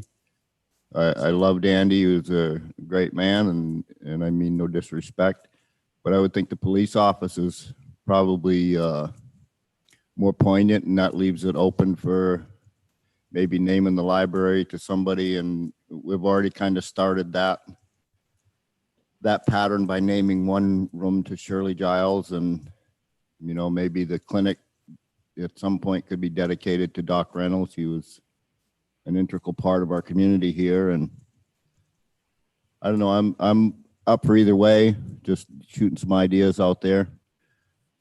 Thanks. Okay, thank you, Pearlie. Anyone else? Yeah, Mr. Yep. Mayor. Yep, go ahead, John. Yeah, I agree with Pearlie. I would like to see him is the police department named, and there's other folks for other parts of the building. So thank you. Okay, Bobby. Yeah, I would just like to reiterate what I had said before. The library board would like you to consider naming the multipurpose building the A.W. Andy Anderson Building. Having served as our longest, as well as the state of Alaska's longest serving police chief, we feel it is appropriate to honor him and his family with the naming of the building. I also had talked to Donica already a while ago about something else, and this came up when the board, had discussed doing this, and she was already agreeable with the name A.W. Andy Anderson, since that's how he signs all his books and everything else that he signs. I guess he signed it that way. And so anyway, that's all I have. We think it's appropriate to name the whole building after him. Thanks. Thank you, Bobby. Any other questions, comments? Mr. Mayor, Yep, go ahead, George. Bobby, I didn't quite get the point of that. Was what did did Donica want? Did she express a preference for either the police station itself or the whole building? No, she did not specify a preference for that, just the name. Okay. And staff, did you talk to Donica or any of the other family and have any input about, or did the family have any input about what they wanted?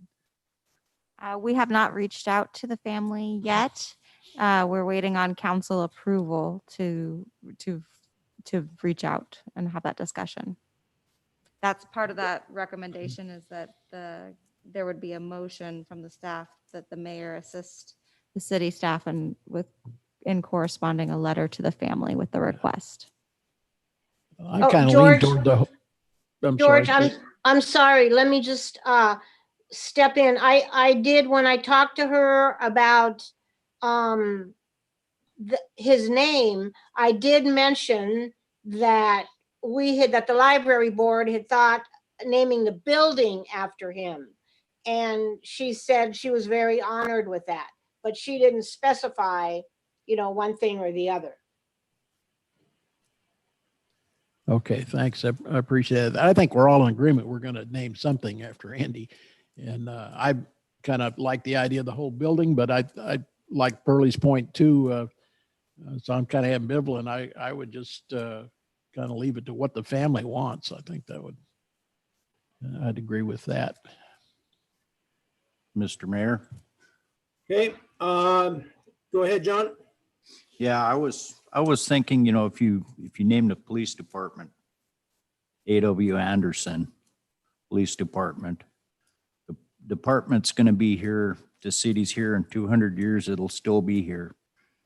I don't think this building will be here in 200 years. So that was my line of thought. Thank you. Okay, thank you, John. Anyone else? Yep, Mr. Mayor, Yep, go ahead, Vivian. if I could get clarification from the staff, did I hear that there's going to be public hearing? There would be two public hearings. One would be a public hearing about soliciting the public in discussion, what they would like to see about the naming of the building. Did I miss something there? And then there would be a second discussion later on. Did I totally misunderstand what I was hearing? No, it would be similar to that, except for instead of a first public hearing, I think the vision was that we would put out notice to the public asking for soliciting feedback on the naming of the building after Chief Anderson.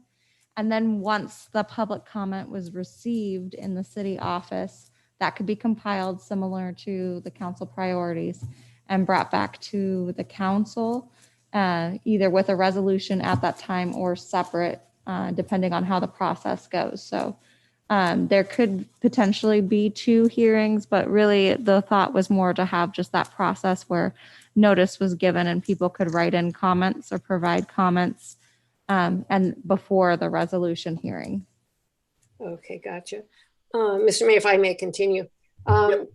Okay, yes. I think Pearlie made some good points, but I also think, I remember when the library board put forward that she had people asking about how do they know where the library's at? And that if the building had one name on it, they could say, oh, look for the Anderson building. And that may be something to think about. I think Larry started in that building in 1979. And if Larry, Larry's gonna probably outlive a whole bunch of us. If we chose to name that little portion, it could be, something could be done there also in respect of Larry. But I'm in favor of naming the whole building as one building. It would be a kind of a landmark. Oh, go by the Anderson building, then take a left, and then you'd be going by the school. So I think it'd be a good identifier and showing respect for the longevity that Andy had done in the community and in the state. Thank you. Yeah, thank you, Vivian. Yeah, Mr. Mayor, if I may. Yep, go ahead. Yeah, we could, I agree with Vivian. I think the building itself is warranted a name, but maybe also we could consider, like we did with Shirley Jean downstairs, we dedicated that room to her. Maybe, after we do this with Andy, maybe we could do that with dedicating the Seldovia space to Larry. Mhm. I mean, he was there a long time, That's a great 25 idea, plus Bobby. years.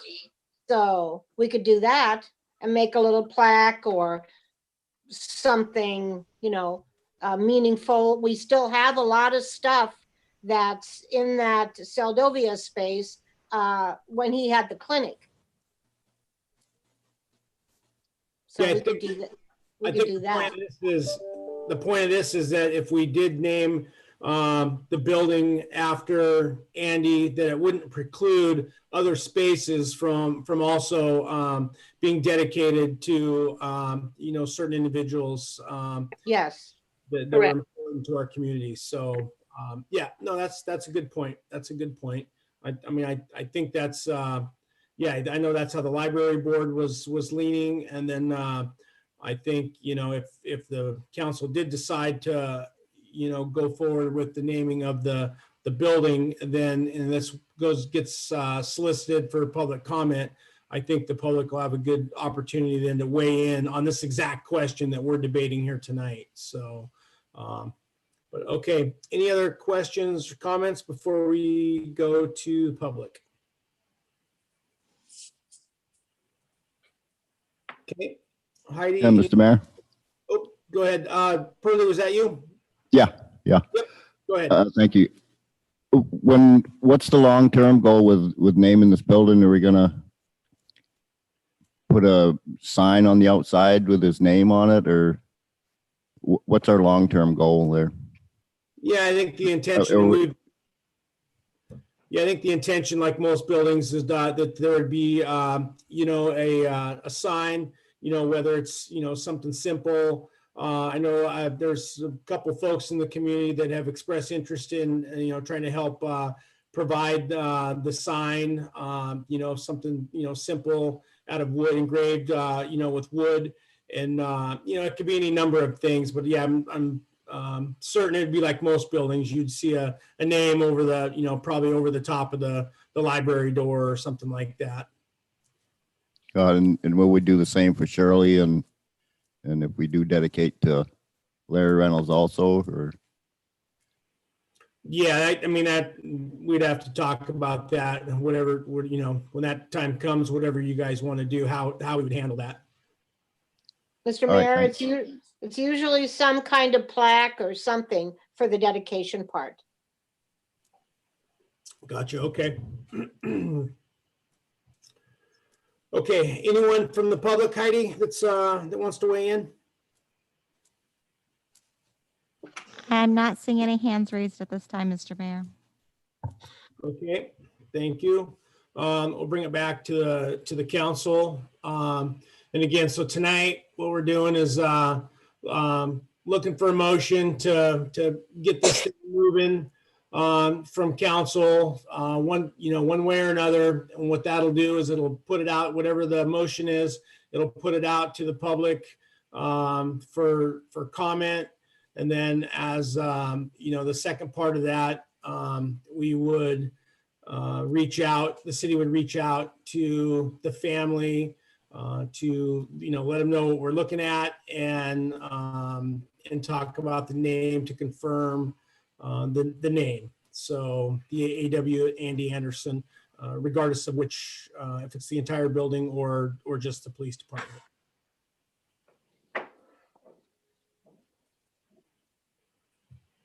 So if someone's ready to make a motion. Mr. Mayor, Yep, go ahead, George.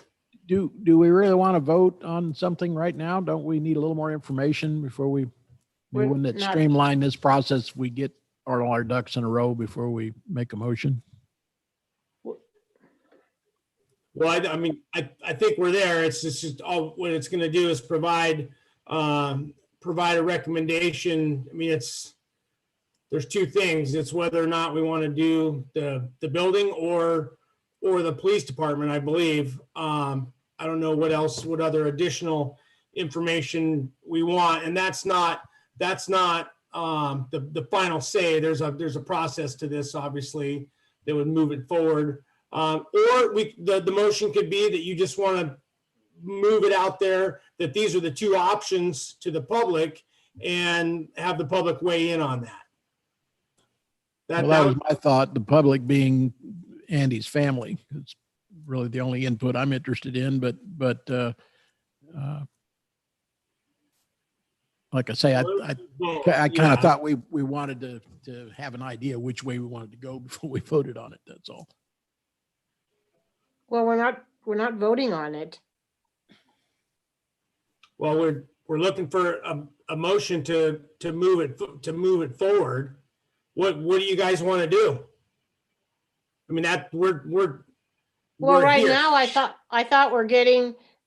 you guys wanted more information from the family to find out what they would prefer, to have the building nominated or just the police department. And then I thought it had to go out to the public and have them weigh in. And then all that information, when we get all that information, then we have a final vote on that. Okay. Isn't that what? If that's the motion you want to make, then that's the motion we can vote on. We don't have to, that's what I just said. We don't have to vote on what is before us in terms of either one of those. We can put that general path forward out there. Mr. Mayor, if I may clarify, Yeah, please Yep. do. Go ahead, Heidi. if you look at page 48 under staff recommendations, staff was recommending that council make a motion for staff to assist the mayor in drafting correspondence with Chief Anderson's family regarding the naming of the building. So right there, we could request or ask the family what their preference was. And if the family is okay with naming the initiative, then staff would issue a public notice to solicit comments from the public. So if council did not want to move on whether they were going to name the building or the department, what their preference was, if you don't want to make a motion on that tonight and you just want to let it sit with the family and the public, the direction that you would provide to staff through a motion is that we would pursue writing a letter to the family with that request and then put out public comment and then solicit feedback from public comment. So we're just asking for a motion to move this forward, directing staff to write a letter to the family and put out for public comment. We do that by staff's recommendations. Would that work? Yeah, I think we just need just a simple motion, exactly what Heidi said, and then we can move this forward. I'll make a Okay, motion. go ahead, Vivian. I was just to say, I'll make a motion that that the council moves forward with the concept of the multipurpose building naming and give the staff direction to contact the family of Andy Anderson and move forward from there. And open it up to the public. And then with open public hearing. I'll second that. Okay, so we've got a motion by Vivian with a second by Pearlie to do exactly as follow the staff recommendations and move forward with a naming convention of the building and write a letter to contact the family and then put it out for public comment period if the family is good with that. Okay, Heidi, you get the motion before we go to vote? I'm sorry, what was that? Are you okay with the motion before we vote? Yes, thank you, Mr. Mayor. Okay, all those in favor, Peyton, Aye. Nathan, Aye. Sweat, Aye. Colberg, Aye. Morrison, Aye. Rojas. Aye. Okay, motion passes unanimously. All right, thank you everyone for that. And so we can look forward to getting that process started and more to come. I imagine this will take a number of months to work through, but thanks for everyone for the discussion on that. Next item, L3. This is a discussion on the City of Homer letter to the Alaska Marine Highway System. Presentation by staff or council, and this will be on your regular packet, page 49. Thank you, Mayor. So this discussion was just to draw attention to the letter that the City of Homer penned to the governor regarding the ferry system. And that was after receiving a request from Soldovia City Council to possibly work on a joint letter or come together to talk about this issue since we're both connected with the Tustumena. And so Homer elected to draft their own letter. And so I just wanted to make sure that council saw. They included things like the Homer City Council supports the needs of the communities serviced by the South Central and Southwest routes, Soldovia in particular. As Homer's neighbor across Kachemak Bay, residents of Soldovia rely on the ferry system to access the road system with their personal vehicles and travel to Homer for medical appointments, groceries, and other essential needs. And, they just say that family and friends live on both sides of the bay and use the ferry for visits. I mean, the City of Homer just, I feel, really tried to elevate Soldovia and Soldovia's need for the ferry system and other rural communities, while also just saying that it's also important for the City of Homer. And so I know that council has sent a letter to the commissioner and the captain of the ferry system asking for a future open public forum where we can have more discussion. And so this could be an opportunity when we do that public forum to invite the City of Homer council members who would like to attend. So that way it's a joint conversation between our two communities. So I'll leave it at that for now, and maybe there'll be more discussion on how the City of Soldovia can move forward its relationship with Homer after receiving this letter. Thank you, Rachel. Appreciate that. Any questions, comments from council? Mr. Mayor, if I may. Go ahead, Vivian. Yeah, I was very satisfied with the letter that Homer put together. It really brought the needs of Soldovia in it, and I was very pleased with it. And I think working with Homer, I think they have a good understanding of where we're coming from. And I think we could, for communities across the bay working together, I think that's a great concept. But I was very much pleased with the writing, the words that were used referring to Soldovia. Thank you. Thank you, Vivian. Anyone else?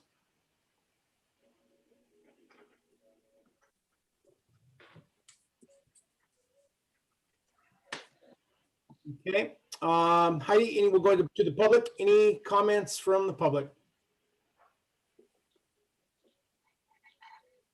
I'm not seeing any hands raised at this time, Mr. Mayor. Okay, all right, we'll bring it back to the council. And I think there's one thing, that when Rachel talked about, just a comment in terms of furthering our relationship, with the City of Homer. I think you read a letter like this, and this is, kind of points out that, there are a lot of good things we've talked about this before, our relationship with the city of Homer, and it's obviously super beneficial for us living across the bay. We are very reliant on Homer for a number of needs for members of our community, and just, for our community to exist. So this might be a good opportunity for us to, take this a little further and reach out, try to work on building our relationship, with the city of Homer. I know there's a number of communities around, the country and stuff, and they talk about, doing like sister cities and stuff like that. Something like that along those lines might be something that we talk about. I know I have not had an opportunity yet. I've talked to Rachel about this. I've not had an opportunity yet to meet the mayor of Homer, but I would certainly like to, and have some discussions how we could further our relationship over here. Something similar to what we're doing with KBBI. I mean, this might be a perfect segue to try to strengthen those relationships, get to know who their council is, what their mayor's about, and see if we can't find some common ground to further our relationship going forward. So I would certainly be in favor of doing that, with along with the city manager. So, yep. Any other final questions, comments?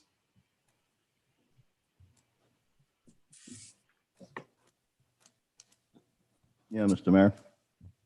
Yep. Go ahead, Pearlie.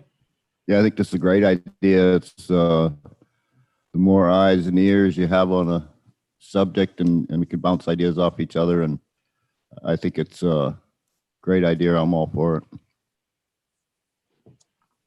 Yeah, appreciate that, Pearlie.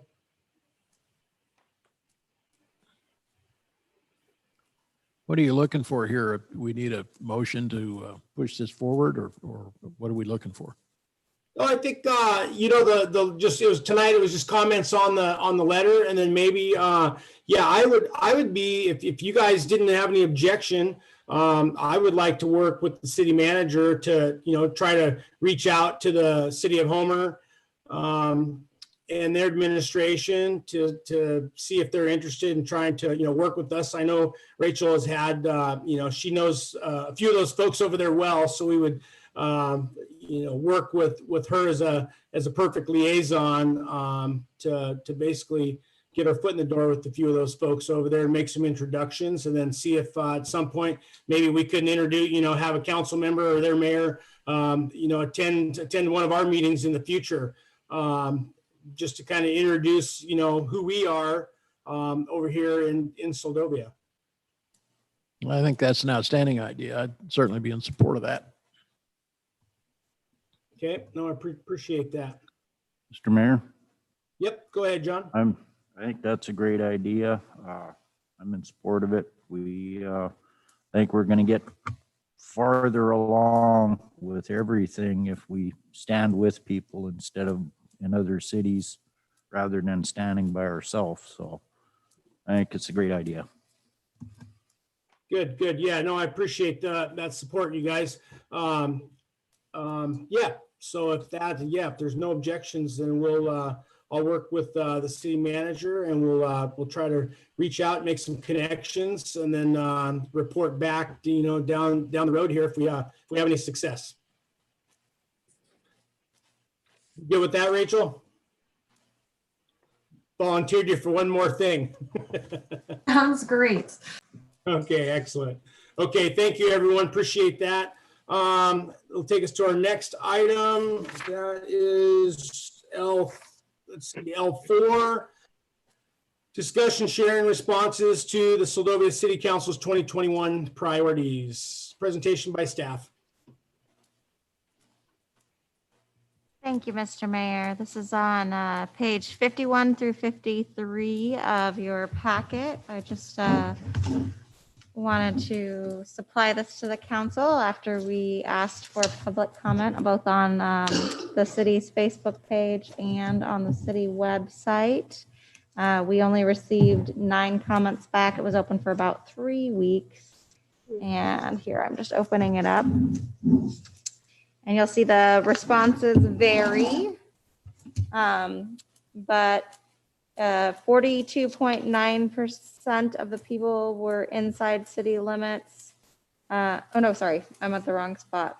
42.9% of the people thought that this was the direction that the city should go in. 28.6 said no. There's a 14.3 that says put AMHS higher. It affects the livability of Seldovia and quality of life. And 14.3 that says it is good to continue to have a process for setting priorities. But many of these items have rolled from one year to the next. What process is in place to provide accountability to ensure that the priorities are achievable? If you move to the next page, you'll see there is a list of responses on the question of while these priorities were adopted as the focus for 2021, additional priorities are listed in the objectives and trajectory document on the website. The city welcomes feedback on all priorities, including any additions or changes. And LED streetlights is on there. Sewer and water infrastructure should be number 1. City land use management plan should be number 1. Beautification, they were in agreement. That's number 1. A comment on making priorities realistic, and somebody stating they'll have to read the document. And then here you'll see that 55.6 were year-round residents, 11.1 were not residents at all, and 33.3% were residents but lived outside of city limits. And the next page just follows with more comments that were provided. Some had questions, and of course, streetlights comes up again. And that's the feedback that we received from the public. Okay, thank you, Heidi. All right, open it up. Yeah, this was after we did our priorities, and then during that whole process, we decided to put it out to public comment. Obviously, I figured we would get a wide response. Looks like we had just between 4 and 5% of our Seldovia proper population, so which is just over 200 now, and so not super bad, not real great though on the number. I would like to have seen a few more, but all right, we'll open it up to questions, comments from council. And Mayor, if I may add, I just wanted to thank the city clerk, the finance officer, and our admin assistant because they helped get your priorities and the press release and every water and sewer bill. I believe the ones that got sent out through email as well as the ones that were mailed out. And that was another method we had for trying to spread the word in the community is through water and sewer bills because they're a reoccurring form of contact we have here in the community. Okay, thank you for that update. Appreciate that. Okay, any questions, comments from council? Mr. Mayor. Yep, go ahead, Vivian. Yeah, I was actually very happy to see that we actually got comments and that people were reading and interested in what we're doing. And maybe if we do surveys on a little more regular basis and promote what we're doing, we can keep getting more responses. Always good to have public responses. So yeah, I applaud the staff for getting this together and those who submitted comments. Thank you very much. Thank you, Mr. Mayor. Thank you, Vivian. Anyone Mr. else? Mayor? Yeah, Yep, Mr. go ahead, Mayor. George. Yes. Yeah, go ahead, George. I also think it's fairly encouraging that most we seem to have hit the ball pretty squarely. There's not very much negative here that I see, and the worst comment was that we're dreaming too big, and I think we got to, like everything else, you got to start a piece at a time. I don't think there's anything we've got here that's not reachable, and maybe we'll make them happier if we get it done.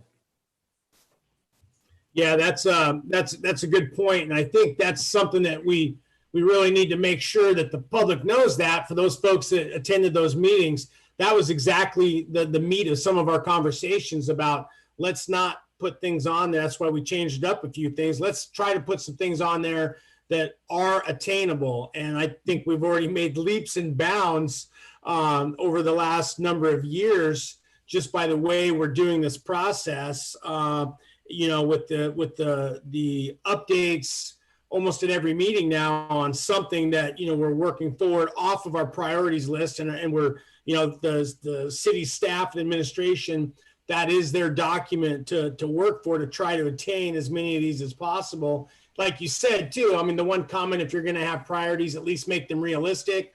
A complete upgrade of the sewer water infrastructure is just unrealistic, and we know that. I mean, we talked about that. So there was no expectation that our entire system is a priority for 2021.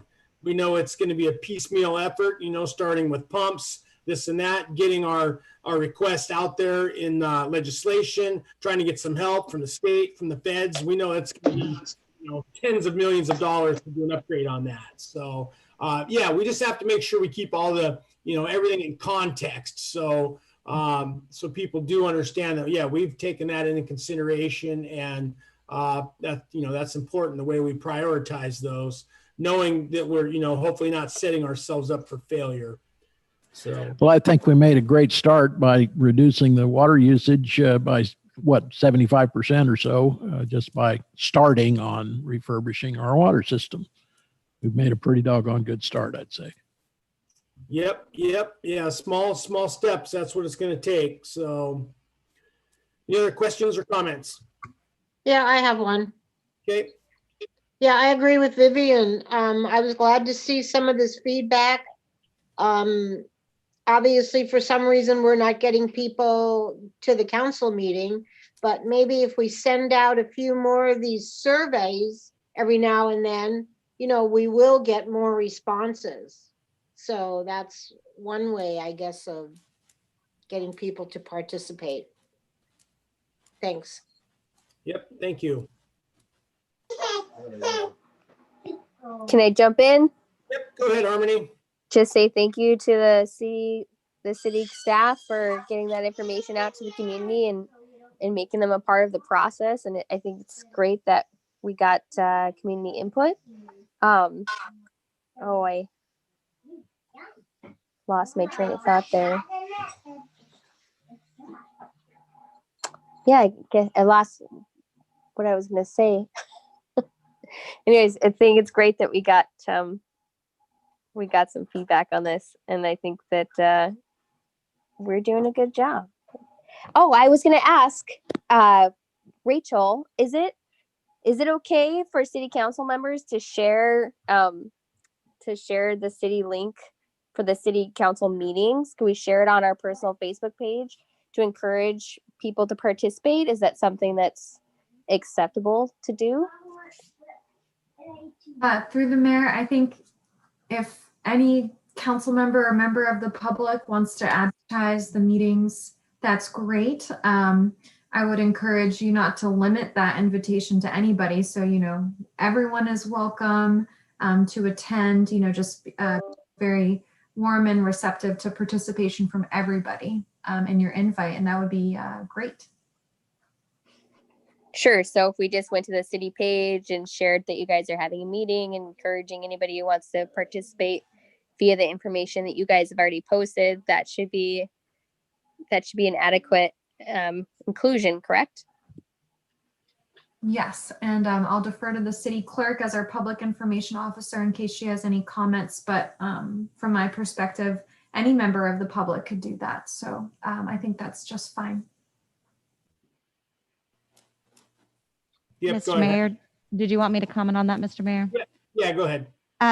Just quickly, as public elected officials for the public, council members, you do have to be cautious of what you do share on your Facebook pages, because if you're sharing city business, then your Facebook page could become an official city Facebook page. However, as a member of the public, if you're sharing information, or any member of the public is sharing information off of the city Facebook page, that once those documents leave the city or city officials' hands, then that becomes the ownership of the person that's sharing them. So the public is absolutely 100% welcome to share anything off of the city page and encouraged to do so.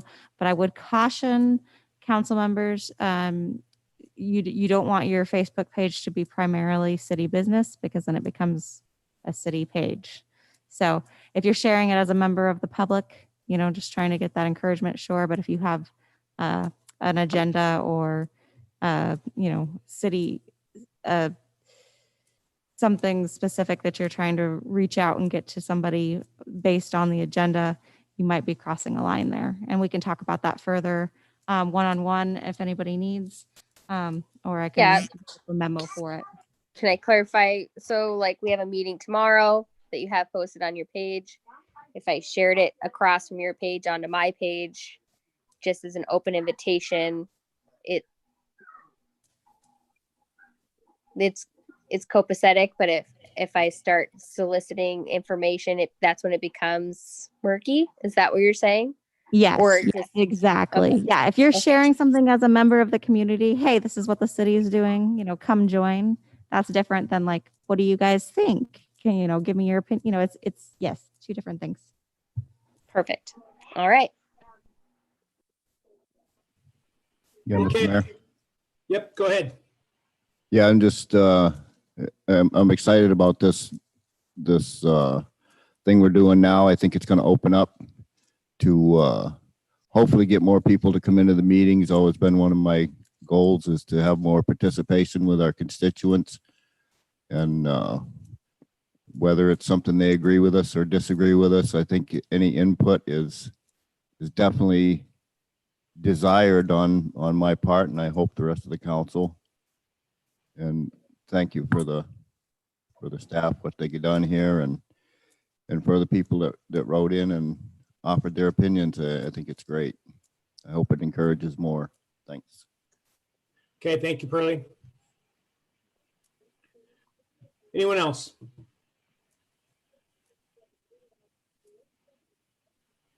Okay, let's see. Heidi, did we have anyone from the public that wanted to comment on this? I'm not seeing anybody from the public at this time, Mr. Mayor. Okay, thank you.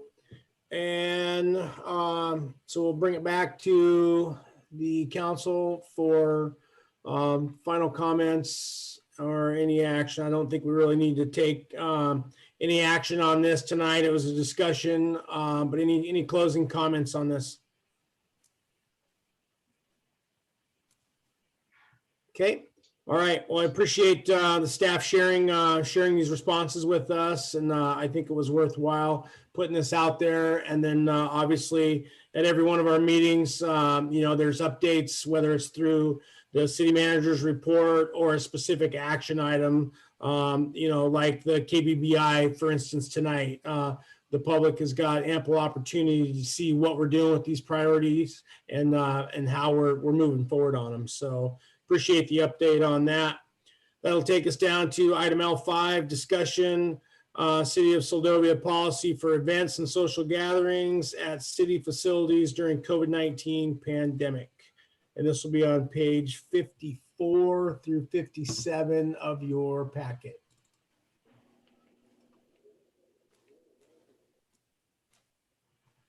And I can let either Rachel or Heidi start it off.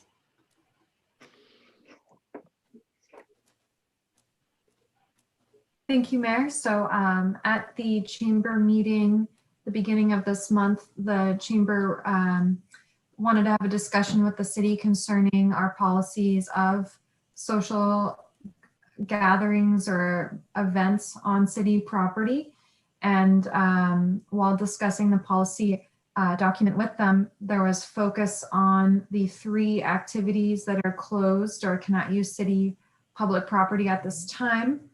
So on page 54, if you look at the bottom, right now, the use of stage facilities for performances, speakers or presenters that have the potential to draw large numbers of people in close proximity to one another, beer and wine gardens and attractions intended for children where social distancing would be unlikely to be followed.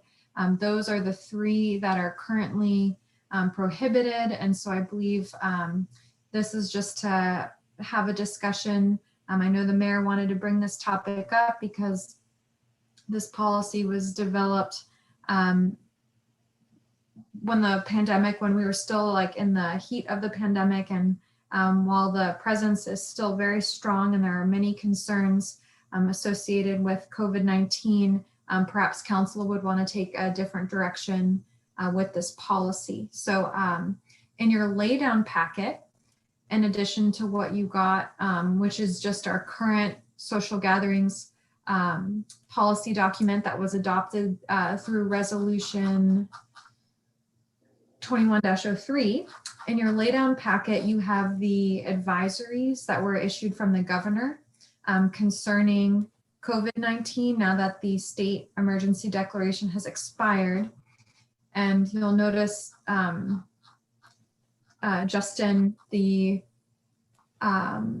first health advisory that they issued under practice social distancing, they're still encouraging all Alaskans to avoid all gatherings, even small ones, with persons who are not in your household. And then the governor's third advisory asks for people who are traveling to communities that are off the road system to still get tested, observe 14 days of quarantining. So that the state is still advising really strict protocols, or recommending strict protocols for communities in handling COVID-19 and for all Alaskans in handling COVID-19. So I'll leave it for that, but I just wanted to make sure council saw the advisories the governor issued, I think on Valentine's Day, in addition to our social gatherings during COVID-19 policy. Okay, thank you, Rachel. Appreciate that. And yeah, I will, I'll just clarify that. Yeah, so I did, after that last meeting with the chamber, I had mentioned to them that I would try to get this back up for discussion. The issue I had, was that right out of the gate, when this policy was enacted, COVID was in its initial stages, and there was a lot of policy passed, and I think it was good policy at the time. But basically it just outright prohibited, the use of stage facilities for our specific plan, beer and wine gardens, and any attractions intended for children where social distancing would likely or unlikely be followed. So my idea, what I would like to do, and I hope that the council would be on board, is to at least get the prohibited events section, removed out of there, so that basically any event could still be left for consideration. If you submit a plan and you feel that you can mitigate that, because there's small concerts, small performances, going on all over the country. It all depends on, where you live. If your community's a super hotspot, there's a lot of factors to take into consideration here. So, same thing with, beer and wine gardens, and events where children are present. So, all I was looking for is that we, could hopefully try to get these specific events removed from the policy as prohibited, and then at least have, some way of at least keeping them in play. If someone, say the chamber, wanted to submit something, whether we're talking parade, whether we're talking a race and there's a stage, as long as there's a mitigation plan submitted that people thought that they could work through the protocols and do it safely, then I don't see what the issue is behind that. So that's just a little bit of background of why you guys are seeing this here tonight. And then hoping to get some discussion from council on what you guys have in mind, what your thoughts on, or where we're at today with this policy. So we'll Mr. Mayor. Council. Yep, go ahead, George. I agree with you 100%. I think we should be as open as we possibly can. The last numbers that you showed us in the packet last meeting showed a big downturn in both new cases and deaths in the state. That was for January. Or that was December. I guess we haven't seen January numbers yet. I'd be curious to see what the January numbers look like, if it indeed is a good downturn. But in addition to your suggestions, I would also request that we have a sunset date on these policies, where we can say, okay, this is what we're accepting, and in the 1st of June, we're going to sit down and look at this again and either do away with it or maybe change it or whatever needs to be done. But there should be an end to it. Okay. Mr. Mayor, if I could speak to that. Yep, go ahead, Heidi. So these policies, the resolution, if you look in your packet, is on page 11 from when these policies were adopted. And they were actually adopted as part of the emergency operations plan.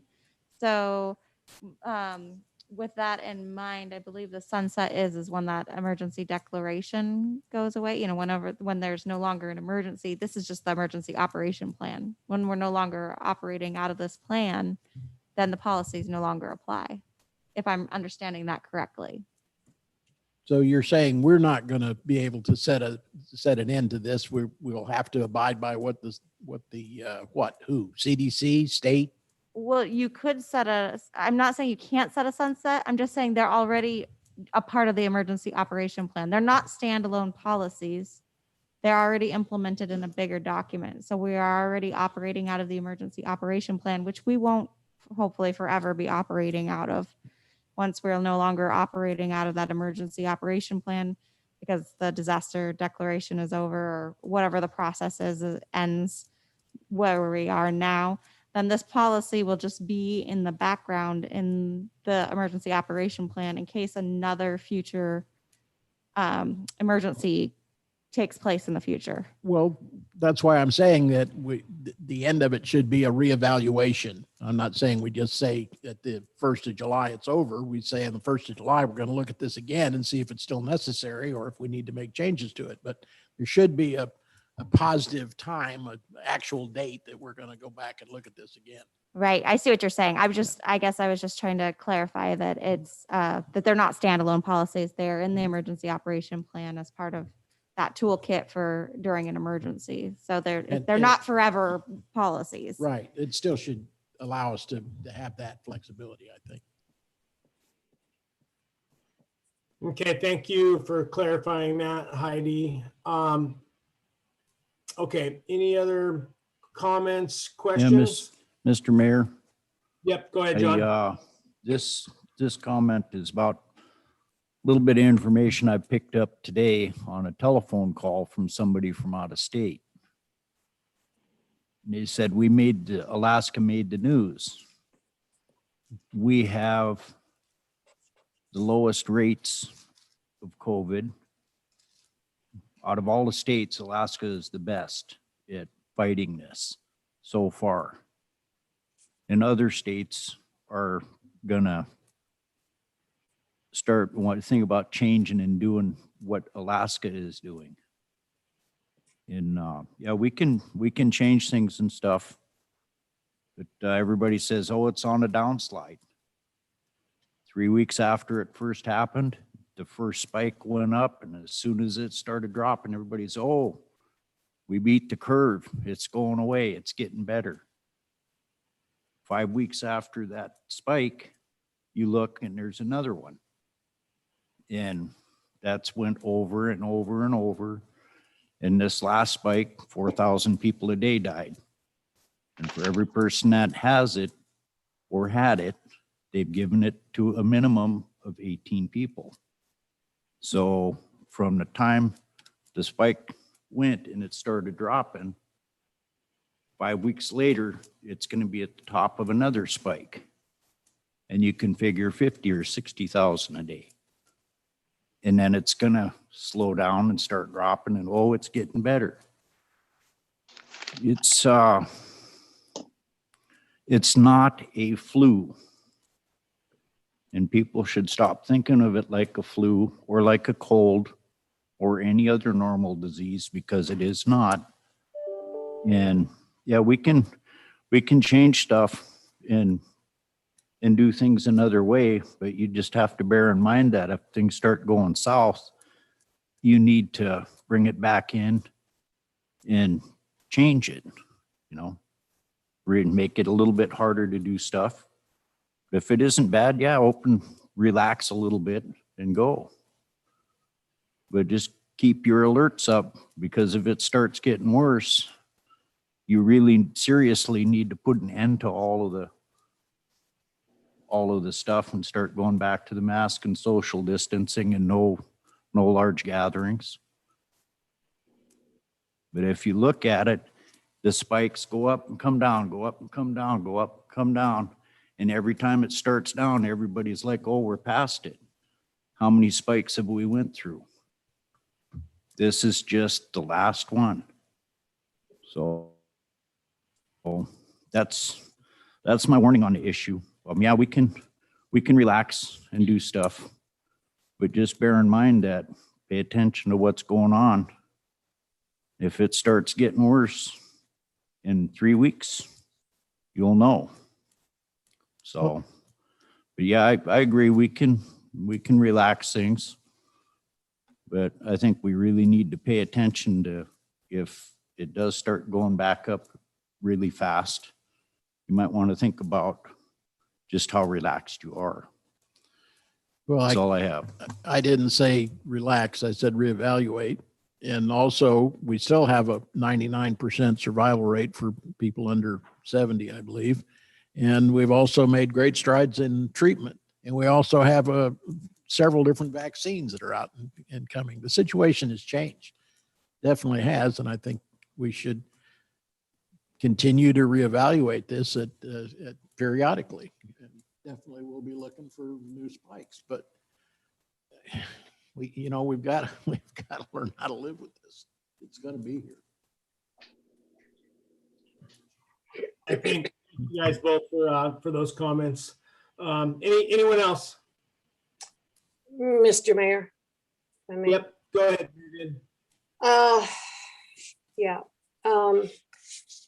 I'm really on the fence with this. I'm not really sure what we're asking. Right off the bat where we're talking about allowing stages, speakers, et cetera, beer gardens, et cetera, attractions for children. All of those I'm not in favor of at this point. I think we're still working on a pandemic that with the variants, we don't really know where we're going. Alaska's been very fortunate. But now that the state of Alaska does not have its mandates anymore, what does that mean for Seldovia? We put our emergency declaration forward, our disaster declaration forward to continue until, May or September or the end of the year. Is that correct? And then our governor just dropped the disaster declaration. So where does that actually leave the city and the borough of making choices about their own communities? Can you answer that for me, Rachel? Through the mayor, Councilmember Rojas. So our emergency declaration for COVID expires with the boroughs, or we're aligned with the boroughs. So it's the end of March, where we could reevaluate extension of the emergency declaration. The governor intentionally had the state declaration expire because he said that the legislature was now in session. So now the legislature could convene and authorize or pass another emergency declaration, but that's proving a little bit more difficult because the Alaska House of Representatives is having a hard time organizing and figuring out leadership and how to pass legislation. So the city is open. We don't have any restrictions on who can or cannot come here.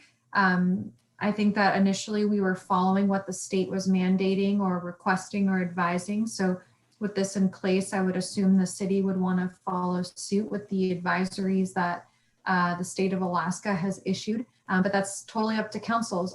We don't really have any specific things aside from, city facilities, please mask, community of Seldovia and visitors, please observe COVID-19 safe practices.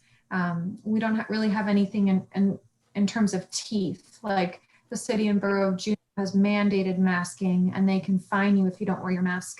And, you know, it could have more severe repercussions, like having to terminate employees that refuse to wear them. We're nowhere near that. And we're very lucky that we don't have evidence of community transmission in Seldovia. So as far as, I don't know if you were looking for teeth, but we don't really have any teeth enforcing anything. It's just following suit with best practices advised from the state and the CDC. So you'll notice in the event application, the event application for doing something on city property, it calls out and gives CDC information. And so that's what we're using when we evaluate any event that comes through the city, is how does it align with recommendations from the CDC and the state, and what kind of mitigation protocols can be put in place to ensure a safe event. Thank you. Well, I mean, that's where I'm coming from. I would like to see us follow the CDC and what we have in place of, because I have no idea what Juneau's going to do. Personally, I'm not ready to open the doors to the extent of beer gardens and games for kids. And I guess we're looking at on city property, I guess the chamber is looking for 4th of July celebration. The Seldovia Art Council, of which I'm a part of, we're really changing the way the solstice event looks, because there's a lot of people on the board that are not really comfortable either with bringing in a bunch of people, bring the potential risk to Seldovia, but having something, again, we can't tell businesses what to do. You can do, anybody on their private property can do whatever they want. SVT is just the city of Seldovia, the responsibility we want to take. So I'm really on the fence with this, and I'm not so sure that, and our declaration, as we said, is good until the end of March. So I'm not ready to move forward with it at this time. Again, the Art Council is sitting back and kind of looking over things, and I am, and I would like to hear from constituents. You know, how do they feel about opening up in different directions? I think looking at it realistically and looking at it safely and following CDC and the science is a good way that I'm in favor of going. Thank you. Thank you, Vivian. And Mr. Yeah, Mayor, Mr. Mayor.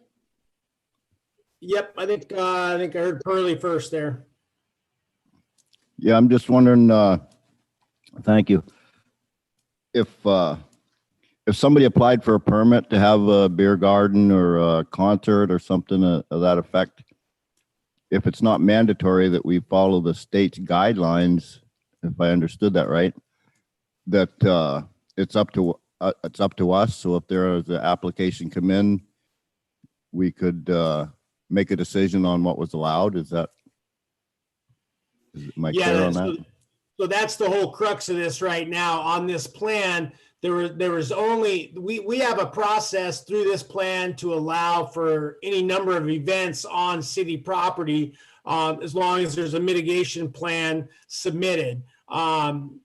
So except for the 3 items that were listed on here that were, if you go down to every under allowable events and activities, there was the small gatherings, then there was the, between 15 and 100. But what happens is it automatically hits the trigger. The event does not involve any items listed as prohibited. And that was my only thing, was just to try to, take those prohibited activities, which were the use of stage facilities, beer and wine gardens, or attractions intended for children, and remove them from prohibited activities, but then just make them, include them as part of, everything else. They're just a normal permitted,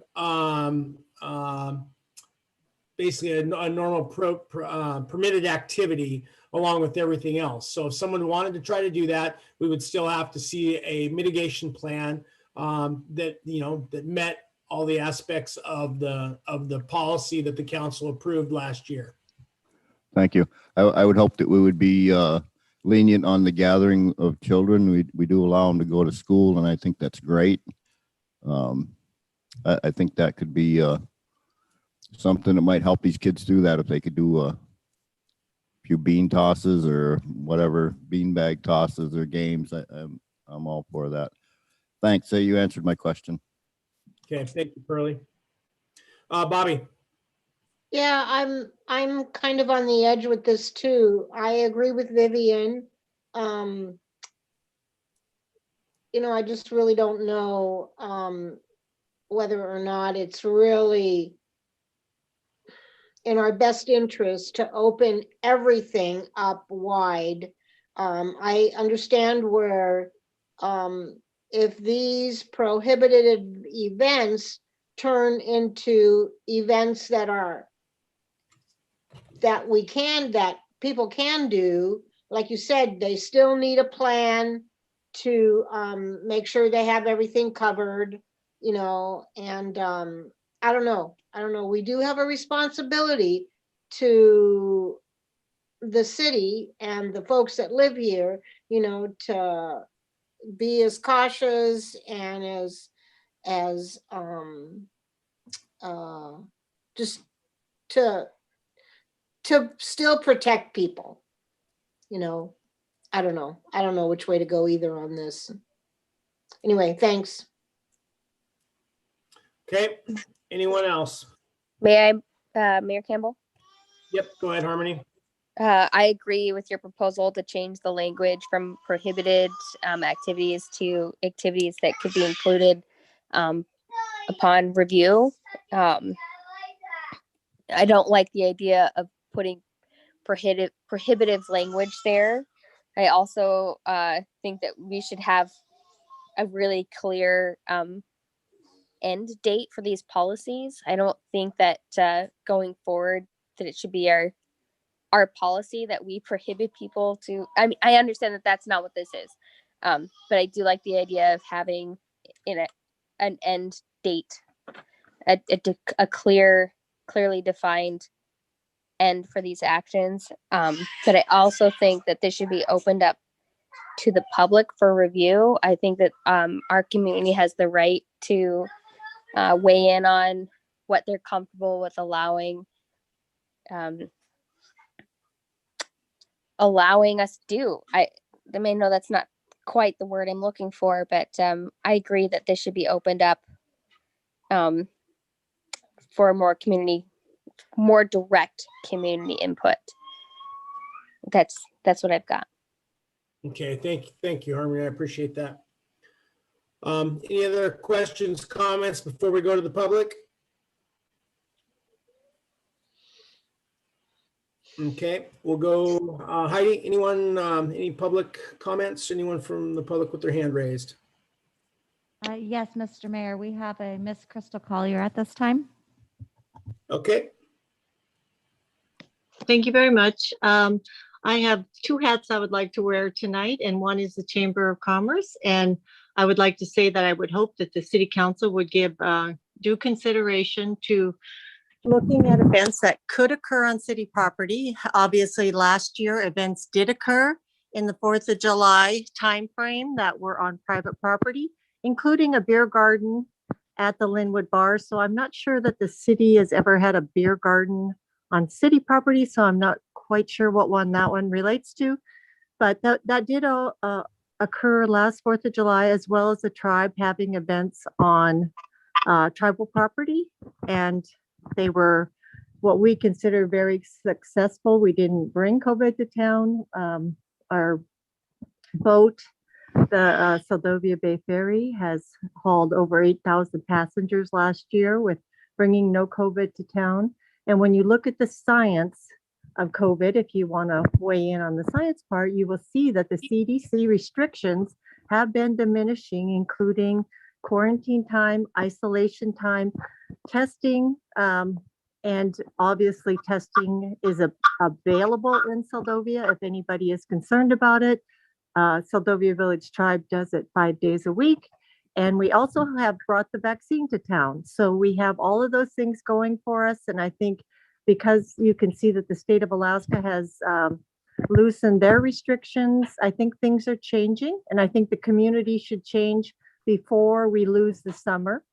The businesses in this community need to know that they can survive through this upcoming summer, and expect to have events and tourism and things like that happen. Otherwise, going into next winter, it's going to look pretty dismal to a lot of businesses. We don't want to be like Anchorage that has had so far over 75 businesses not reopen.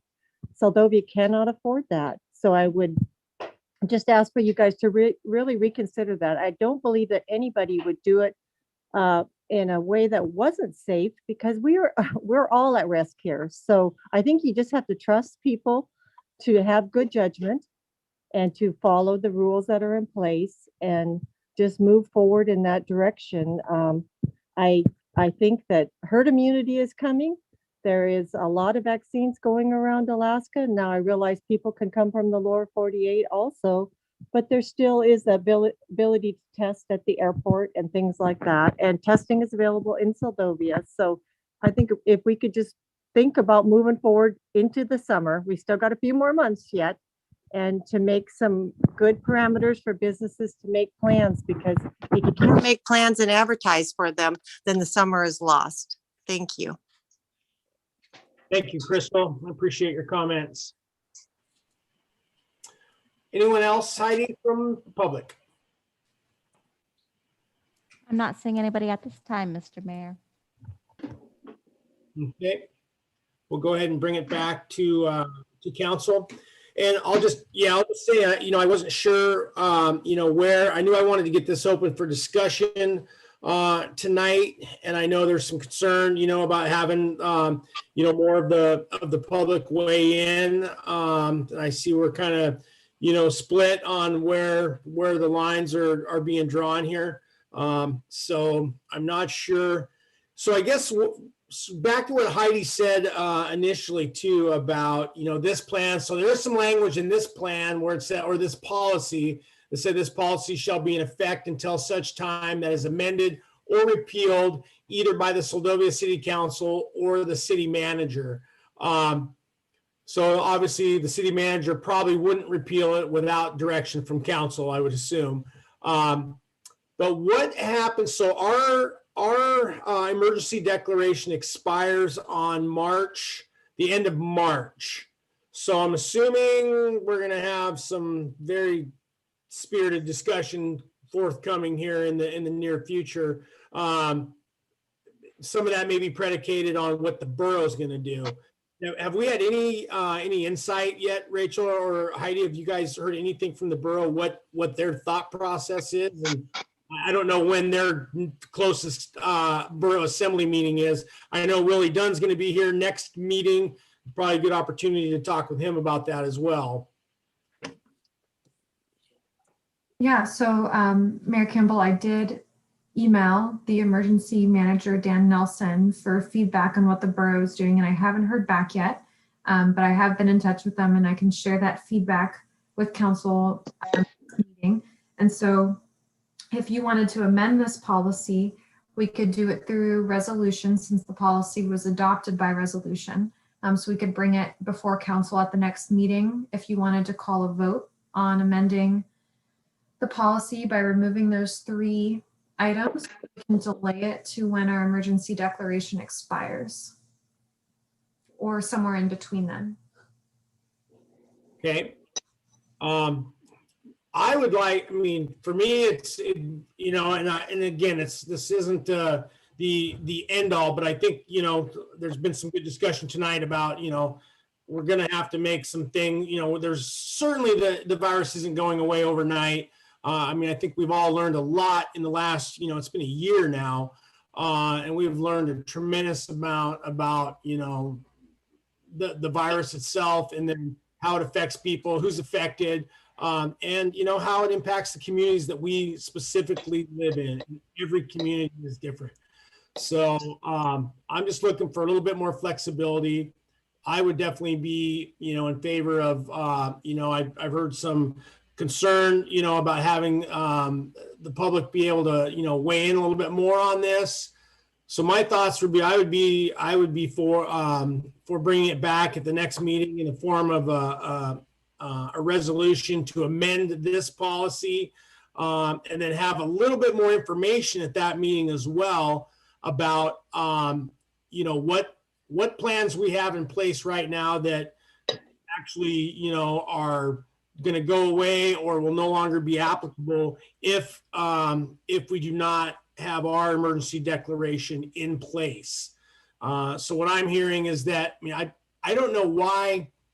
I guess I'd have to look at this a little familiar. I don't know why you couldn't have this as a policy in place, outside of an emergency declaration. If we decided, that there's not enough votes to pass an emergency declaration, we can still be cautious and, maybe require a mitigation plan or something based on the recommendations of CDC. I know it's kind of a fine line how all these are intertwined. So, yeah, I'm not looking to do anything tonight unless someone wants to, make a, try to make a run on this. But I wanted to get the conversation started because I think it is important that in the, very soon we get some guidance from the city on this so that folks in the public can react and finish their plans for the summer. So, those are my thoughts, and I'll open it back up for any further questions or comments. And Mr. Mayor? Yep, go ahead, Pearlie. Yeah, I don't know why we want to worry about changing it. If somebody applies for an event, we make that decision at that point, don't we? I don't know why we have to spend shop time changing this, but. Well, maybe I'm that missing something. goes Thanks. back, just to clarify. So the things that we talked about with the stage, the beer and wine gardens, and the attractions for kids, those are prohibited activities. So on city property, so those are off the table, even if you submit a plan. So those are off the table, and that's what I'm looking to try to get at least back in play, so that we can discuss them on their own, each of their own merits, if a mitigation plan is submitted along with the activity application. Well, I guess I misunderstood something. I thought we could make our own decision. It was, anyway, I guess I'm wrong. Yeah, that's Thanks. what we're trying to, that's what I'm trying to push for, is to do exactly that. So right now the city manager's hands are a little tied. They're tied based on the way the policy reads right now.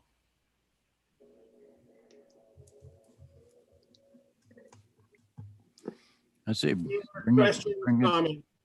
Mr. Mayor. I Yep, say go bring ahead. it back on the next meeting, and we get it changed. They have to get permission to have the event anyway, don't they? Yeah, they would still have to submit an application within the parameters of this plan. And this would give ample time for anyone on council too to take a hard look at this plan. I mean, it's only a few pages. Take a look at the meat of it.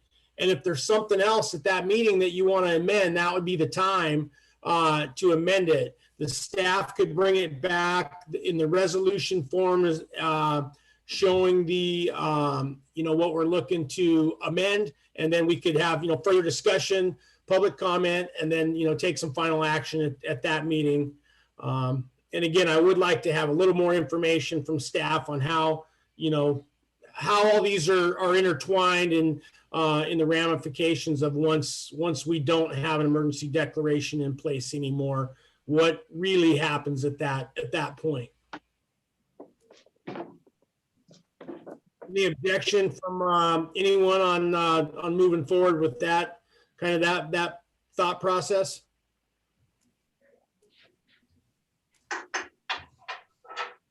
Okay, Rachel, you okay with that approach? Yeah, that sounds great. I think it's very important to have council weigh in on this decision, especially because it pertains to public property. And so I'd like, as basically the stewards of public property on behalf of the city, I think it would be really important to have council make the decision of how they want to handle this. And so, as a city manager reviewing the events underneath this policy, I will be following it in addition to the CDC and state guidelines. So if council members who are on the fence would want to add an amendment that says while these three things are repealed as prohibited, You could say, you know, the city manager will review CDC and state guidelines when going over event applications. And so that way it can address COVID mitigation per the CDC and the state, even if we don't have an emergency declaration in place, but then still allow for these events to occur if possible with the COVID mitigation practices. So thank you for council having the discussion, and I think it'll be really good to have you all weigh in and see what you want to have happen, and hopefully encourage the public to participate at your next meeting. Okay, thank you, Rachel. I appreciate that. All right. Well, I think that's the route we'll go then. And then, yeah, and I think Willie Dunn will be here at next meeting as well from the Kennesaw Peninsula Borough Assembly. So be good to really talk to him about, you know, that I'm sure that's going to be a hot topic at the Borough Assembly as well. So, all right. Well, we're just coming up on 3 hours here. I think we can, we've got the reports left, and we should be able to power through these pretty quick. So let's go item M1, Treasurer's Report, and that's on the packet on page 66 to 83. And Mr. Mayor, if I may, there is an updated finance report in the laydown per Finance Officer Yeager. She had some adjustments that she made that came out in today's laydown. Okay, and that is on page 12.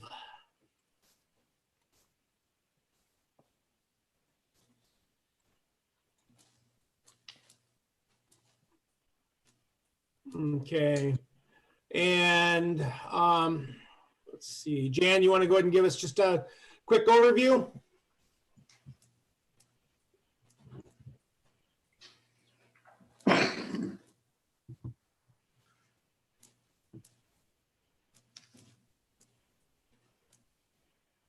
Did we lose Jan?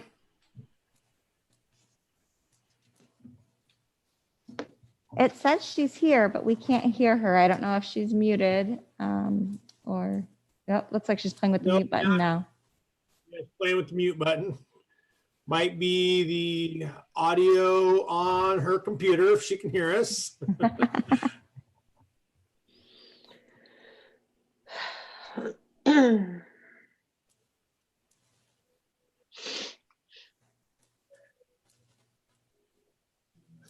Give her just a second here.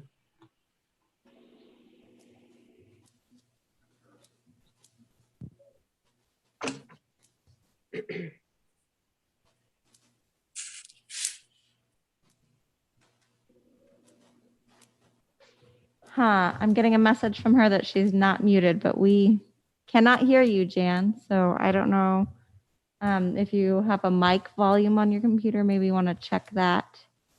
But there's no sound coming from you.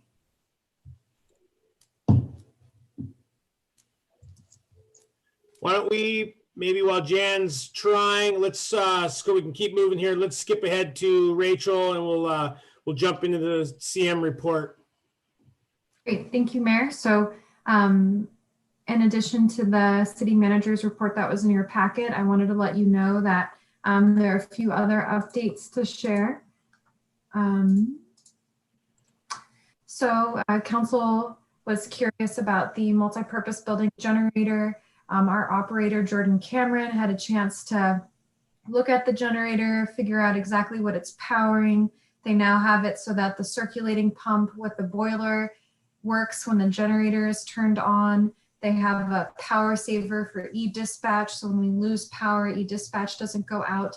They've been working to ensure the police chief's computer receives power when the power goes out. And then Radzi, our Soldovia Space coordinator and handyman, has also worked with all of the Soldovia Space tenants to make sure that they have power in the future. So right now, they would not receive power with the generator even on, but that's an improvement we're going to make. So Jordan has a few other tweaks to do, but staff is looking at it, and it's on our radar.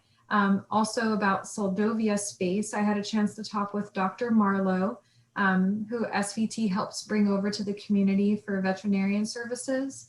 and she is interested in using the clinic office space that we have available. She comes into the community, I think it's the third Thursday of the month. And so I talked with her about, right now we charge $75 for 8 hours of use for the space. But I wanted to take a temperature check from council to see if you guys would want to offer Dr. Marlowe a reduced or no cost rate to use the space, since it's a community service and SVT is helping bring her over. And she's currently using our fire hall at no charge. So I wasn't sure if you wanted to have that same business practice for the use of the office within Seldovia space. So that was a question that I had for you guys. And then I also wanted to let you know that we're still working on making updates to the finance report to make sure that it reflects all of the mid-year budget adjustments. So I think Finance Officer Yeager's newest report does that, but there may still be a few other areas that haven't been updated yet. So I'll make sure all of those happen. And then with the water consumption report that council's been used to receiving, I'm having a hard time providing it to you on a somewhat regular basis. So I'm hoping that you would be okay with every couple of months or a quarterly update on the water consumption levels, just because there's so much, and I think it might give you a better information profile if you don't get it as frequently. But I'm open to your input on that as well. That's all I have. Yeah, Rachel, I just comment on that water. I mean, I don't know how everyone else feels, but I think quarterly is probably adequate. We would obviously want to know, that, and then we can see the graph or whatever chart you want to put together. But obviously, like to keep abreast if there's any large water leaks, going on, which I usually most of us will know that. So yeah, I have no objections to that if unless anyone else want to weigh in on that. And then same with the vet space. Myself, I have no objection to. I mean, she's free right now over in the fire hall. So I think folks who do come in I know that she's she's a private business as well, but also providing a community service for folks. So no objections from me on that. Anyone else want to weigh in on either of those? Yeah, Mr. Mayor. Yep, go ahead, Pearlie. Yeah, I think the quarterly on the water report would be fine for me. And like you said, if there's a spike or something, make sure we're all informed of it. As far as the free office space down there, I would think that you would want to go and talk with the people that are in there now, if they want, if they wouldn't mind dogs yapping and cats meowing and that kind of stuff. If they're, it needs to be quiet and respectful for the people that are already renting. So I'd be okay with it, but I certainly think you ought to talk to the people that are already renting. Thanks. Thank you, Pearlie. Anyone else? Yeah, Mr. Mayor, Vivian. Go ahead, Vivian. Yep, I totally agree with the water consumption rates and to be notified if there was issue. I would think a reduced fee for our space. I mean, it's a much nicer space than being in the fire hall. And I'm sure the person would appreciate it because I'm sure they do the custodial cleanup, but I think Pearlie made a good point about dogs, cats in a space like that. But I'm kind of on reduced fee, not necessarily for free for the vet to operate there. All right, thank you. Mr. Mayor. Thank you, Vivian. Yep, go ahead, John. Yeah, I agree with the water part. I have a real hard time letting somebody use a space for free in the same spot you're charging other people to use. I could see a reduced fee, but it's kind of a community service thing, but I still would have a hard time doing that. Charge 3 people rent and let somebody go right in the middle of them for free. It just doesn't sit well with me. Thank you. Thank you, John. Mr. Mayor. Any other comments on those subjects? Oh, yep, go ahead. Yeah, Let's see, let's go George first, then Harmony.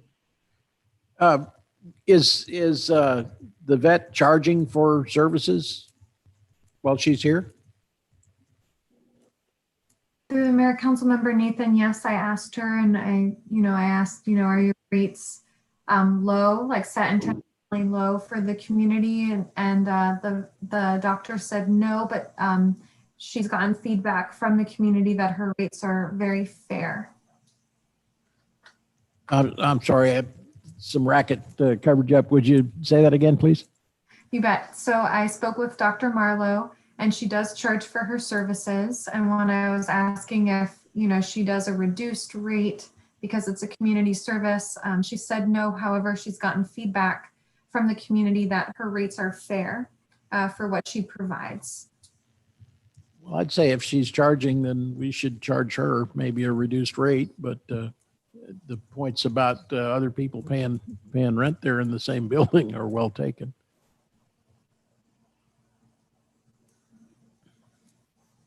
Okay, thank you, George.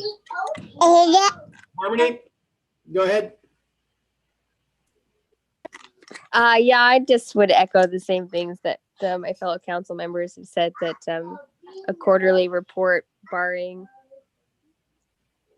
a huge event on the water system is reasonable. And yeah, I'd also agree that a reduced, I'm not too sure that a free space in that area where we're charging other people in the community to use is necessarily fair.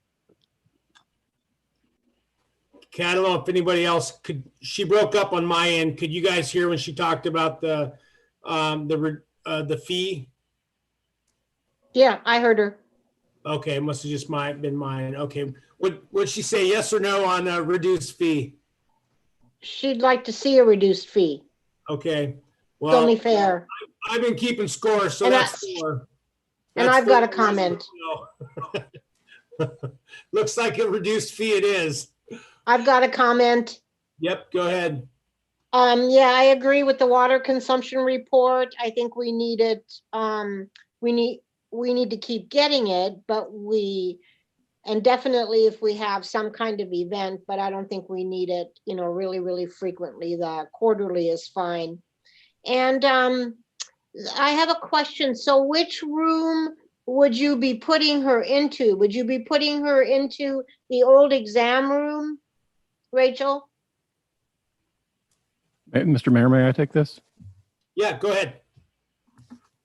So yes, we would be putting her in the old exam room. We're calling it room 101 now. And Okay. it's labeled as daily rental. And if I may go a little further, I did talk with all of the current renters, every single one of them, and they did not have any trouble with having pets coming in. Some of them actually were very, very supportive. And I also talked with Dr. Marlowe about a fee, and she indicated to me that she would be quite happy to pay a fee. I didn't mention any kind of amount for the fee because frankly, I didn't know what it was at the time. Okay. Okay, thanks, Ramsey. Yeah, I would agree with a reduced rate. I don't think, giving it to her free is the answer. Because there are some things involved, cleanup and so on and so forth. So I think a reduced rate would be fine. Okay, thank you, Bobby. Yeah, Mr. Mayor. Anyone else? Yep, go ahead, Pearlie. Yeah, I'd like to change what I said a little bit. I don't feel that she ought to have it free. It's just not fair. Point that John brought up. I think it'd be kind of stepping on people's toes if you let somebody in there for free or even at a reduced rate. So I'm changing my opinion on that. Thanks. Okay, sounds good. Rachel, you probably have got some fairly clear direction on what to go. I'm assuming you can look at the fee schedule and you guys can come up with something that's reduced and it still meets the intent of what we're trying to do. Yes, I have very clear direction on that. And so that basically was the end of my manager's report. And I just wanted council to know that a more extensive write-up about the recent operations at the water treatment plant are provided in your laydown.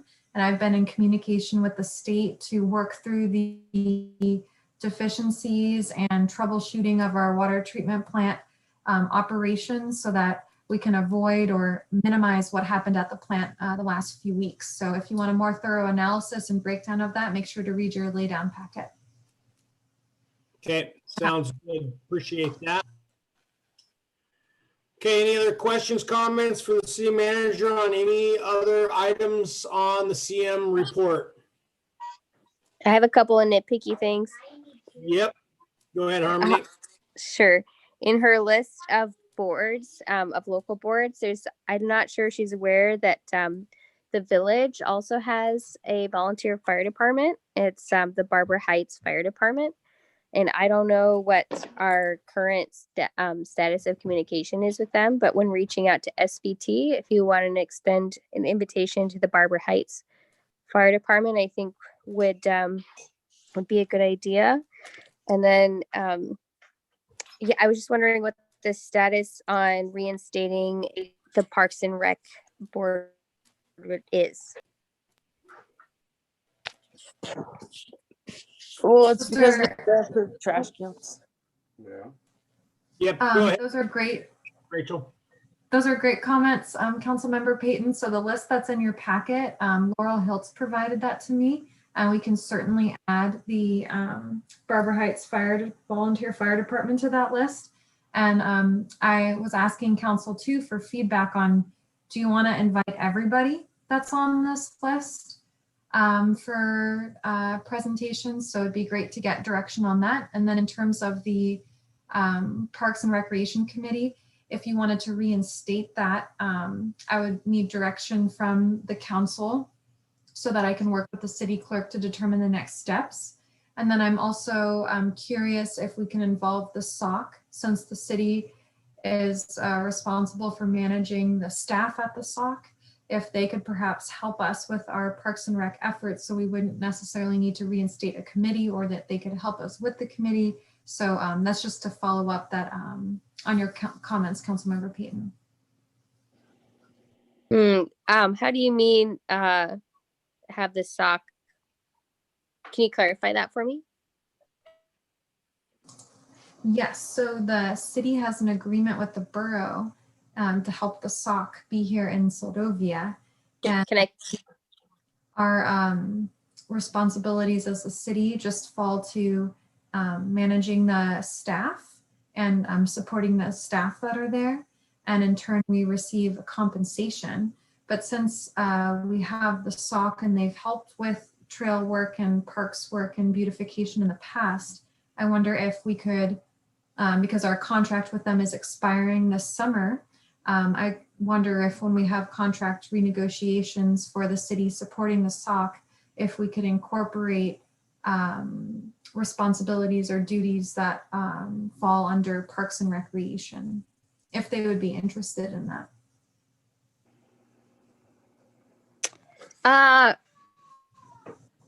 That's interesting.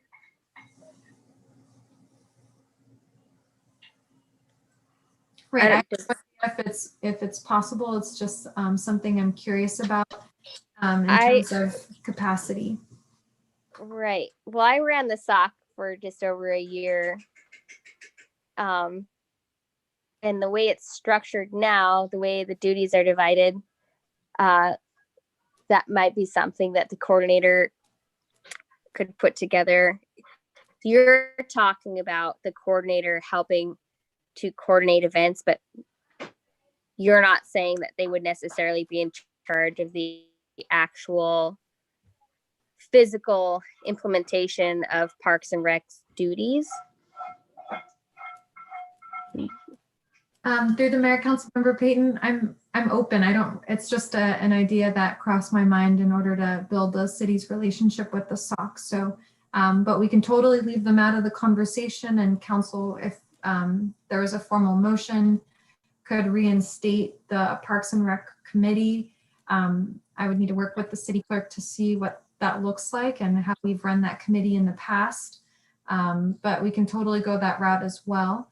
And then if I could get direction on how many organizations council would like to invite, if not all of them, that would be also helpful, because your council meetings can run long with more presentations. And so it's just a question from the body of how frequently you want to have people attending, and what organizations you want to have attending when. And if I could just get more direction or clarification on these invitations, that would be really helpful.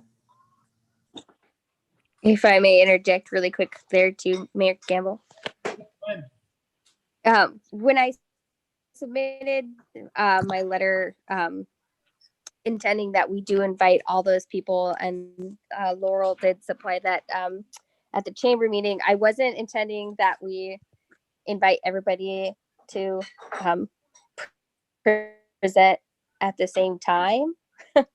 Like SOC they're doing their budget right now, and so like this would be a good time of the year for SOC to present, but they don't need to present every month. To us, I wouldn't think. They held their own board meetings, and people who are interested are always welcome to go there. So when I submitted this proposal, I was kind of envisioning, one board present officially a meeting. Does that make sense? So Sylvia Fire would present on the 1st, and then Barbara Heights on the 2nd, and then SOC in February. Does that make sense? So I wasn't trying to bombard council with a litany of boards. Yes, that makes complete sense. So you're looking more for an open invitation where if there's an availability for someone to present, they can hop on. And if someone's already there, we can say, hey, how about next month?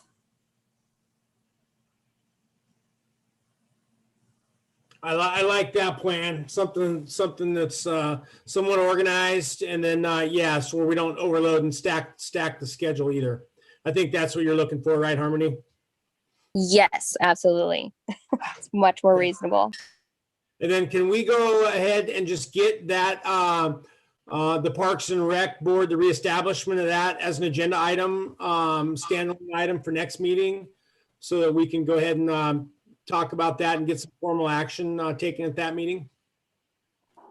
That's a great idea, Mayor. We'll make that happen. Okay. Can I tack onto that maybe we reach out to Lisa, your current coordinator, and see what her insight on incorporating that board into the SOC duties? Already on the list of things to do. Sorry, Rachel. You're amazing. Okay, perfect. All right. Any other final comments, questions on the CM report? Okay, we'll move on. Jan, are you with us yet? Did you get your audio problem solved? I don't know. Can you hear me this time? Yep, loud and clear. Okay. Yeah, I don't know what was going on, but Heidi suggested signing out and signing back in, and that seems to have done the trick. So yeah. So I will keep this brief because I know you've already had quite a long meeting. Yeah, please refer to the finance report and the narrative in your laydown as opposed to the one in the packet. It's basically done about 2 weeks later, so it incorporates another payroll and so on. So it's just more accurate. It also does include all of the changes that were made at the last meeting to the budget. So those additions that were made to the different departments are reflected in that. And basically, we're still cruising along, revenues generally running ahead of projections, and our expenditures, we're right about the 2/3 point of the year, and most of our expenditures are running more kind of averaging at about the 50% mark. So we're doing well there. our sales tax, et cetera, from the borough in January was fairly low. So that didn't put us too far ahead. But as I looked back in prior years, that seemed to be kind of fitting the course for January. So I'm not too worried about that. The harbor will be sending out bills here soon for annual mortgage fees. And Layla told me today that to expect to send out about $103,000 worth of bills. And so that'll start catching the harbor up to where we expect it to be when those start to come in. Pretty much the two main news items. One is that we are very, very close on finishing that audit. We just have a couple of harbor reports. We're kind of trying to track down some journal entries that were done back in summer of 2019 that don't have a lot of documentation I've been able to find. Once we get those tracked down, I think we're going to be pretty close to closing out what Altman Rogers is looking for the audit. And so hopefully we can put that to bed. The other item of note I mentioned in the narrative there, we had some billing confusion with the Alaska Marine Highway that has caused us not to be collecting revenue for about a little over a year at that point, almost a year and a half. And so we managed to straighten that out and we got those revenues in. And so that was about $66,000 in our bank account. That was nice to collect. So that happened in January and February. And so we're back on track with billing for the Marine Highway system. So that was good to do. And those are kind of the main points I have in my report. Yeah, Mr. Mayor, Yep, go ahead, Pearlie. I have a question for Jan. How did that Marine Highway thing get so built up? It was basically, I think, a lack of communication. When the, I have to infer a little bit what happened because it's looking back in time a bit, but I think when we made that transition again from Cassell back to QuickBooks, there was some errors in the way the billing address was entered. And it was actually more than one error and they kind of compounded each other. And so we weren't receiving our payments from the Marine Highway. And I think there was some inference as to why that was happening, but there maybe wasn't a lot of good communication to confirm with the Marine Highway. And again, this is me inferring. And for some reason, even though I think it was mostly, honestly, an address error, we also were not getting the returned mail as one normally would when the billing address is incorrect. Those weren't coming back to us for some reason. And so we didn't pick up that it was a billing address. And I happened to notice that the zip code was incorrect, contacted the Marine Highway system to confirm the rest of the address, found out that the rest of the address was also incorrect. And that simple step got us moving forward. So we got the bills to them. We went through the details of what exactly was being billed and the payments have been received. All right, thank you. I was kind of wondering if Cassell was involved. Yeah, not an error in Cassell itself, but I think an error in the transition. All right, thank you. Okay, thank you, Pearlie. Anyone else questions for Jan on the financial report?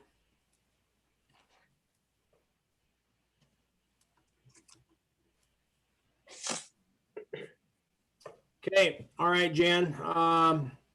You're off the hook for tonight. We'll take a look at that a little more in depth and then yep, we'll follow it up again at the next meeting with any additions that come up. Obviously, as you continue to refine the report, it'll make it easier for folks to read and understand it. All right, next one is Chief of Police report. That's on your packet on page 130.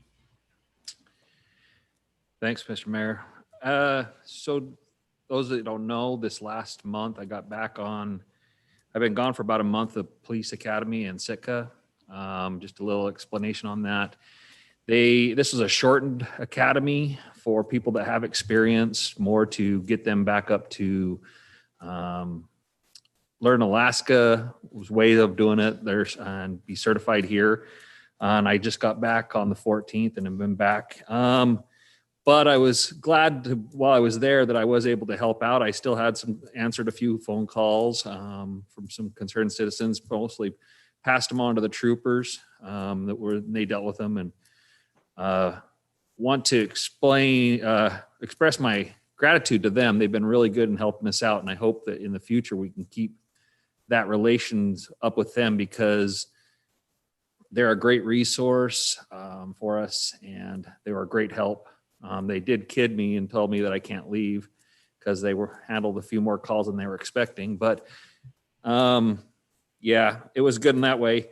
For the rest of the time, I did handle, like I said, I handled some calls in that short time. So since then, I've handled about 13.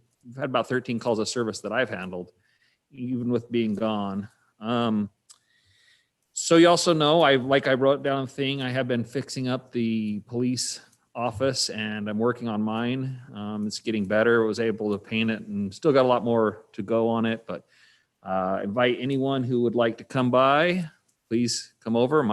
Without my wife decorating it, it wouldn't look as good as it does, but so she did a great job. So come on by if you guys want to come and even say hi and see what it's like. And just working on the next few projects that we've got coming up. Still got a long more to go on fixing up that the rest of the office. But you know, my routine calls, I always put down on the bottom, you'll see this bar business, school checks, COPs, and agency assist routine patrols. I wanted to explain, in next month, I'm going to have a chance, I hope, to explain what COPs are to you guys. It's a big thing, that it's community-oriented policing. And I hope to do a presentation. Maybe we can explain a little further so that we can get the community more involved, and explain a little bit what I do. It helps the community get to know me, how I can get to know them. It's amazing how, if we can get everyone working together, how we can cut down on crime and they can help out. And it makes it so that I'm more accessible and people will understand what I'm out there about. So next month, I hope to present something. I'm talking to the city manager about that, and she's going to see if she can put on the agenda. So. All right. Thank you, Clayton. Appreciate the update. And yeah, that's it. I see Julie's car across the street occasionally, so I figure she might be doing a little interior decorating over there. So she's done a great job. Yeah, I'm anxious to come over and see it. So I know that wasn't real high on Paul's priority list. Mr. Mayor. Modeling. So yeah, anxious to come over and check it out. So glad you were able to go down and attend the academy. Hopefully that brought some insight to, you know, some of Alaska state law and, you know, municipal law and stuff like that. So yeah, hope you got some good value out of that. Sounds like you obviously strengthened our relationship with the troopers a little bit as well. So appreciate the update on all that. Mr. Mayor? Yep, go ahead, Pearlie. Yeah, just wondering if you wanted to clarify when you invited, kind of sounded like council members, and you're open to the public coming down and checking the place out and saying hi, huh? Yes, I would invite anyone who would like to come by, council members, general public. Obviously, we can't come in all at once, but you know what? If you can, swing by. Especially if you see me there, knock, come in, say hi. Even if you just want to chat, you want to have something, anyone talk about, please, at any time. I'd like to show you the office, but if not, just get to know everyone. Thank you. All right, thanks. Anyone else have any other questions for the chief? All right, thank you, Clayton. Appreciate that. We'll jump on to item M4, Harbor Master's report. That's on page 131 and 132 of your packet. I know we've got Layla on with us tonight.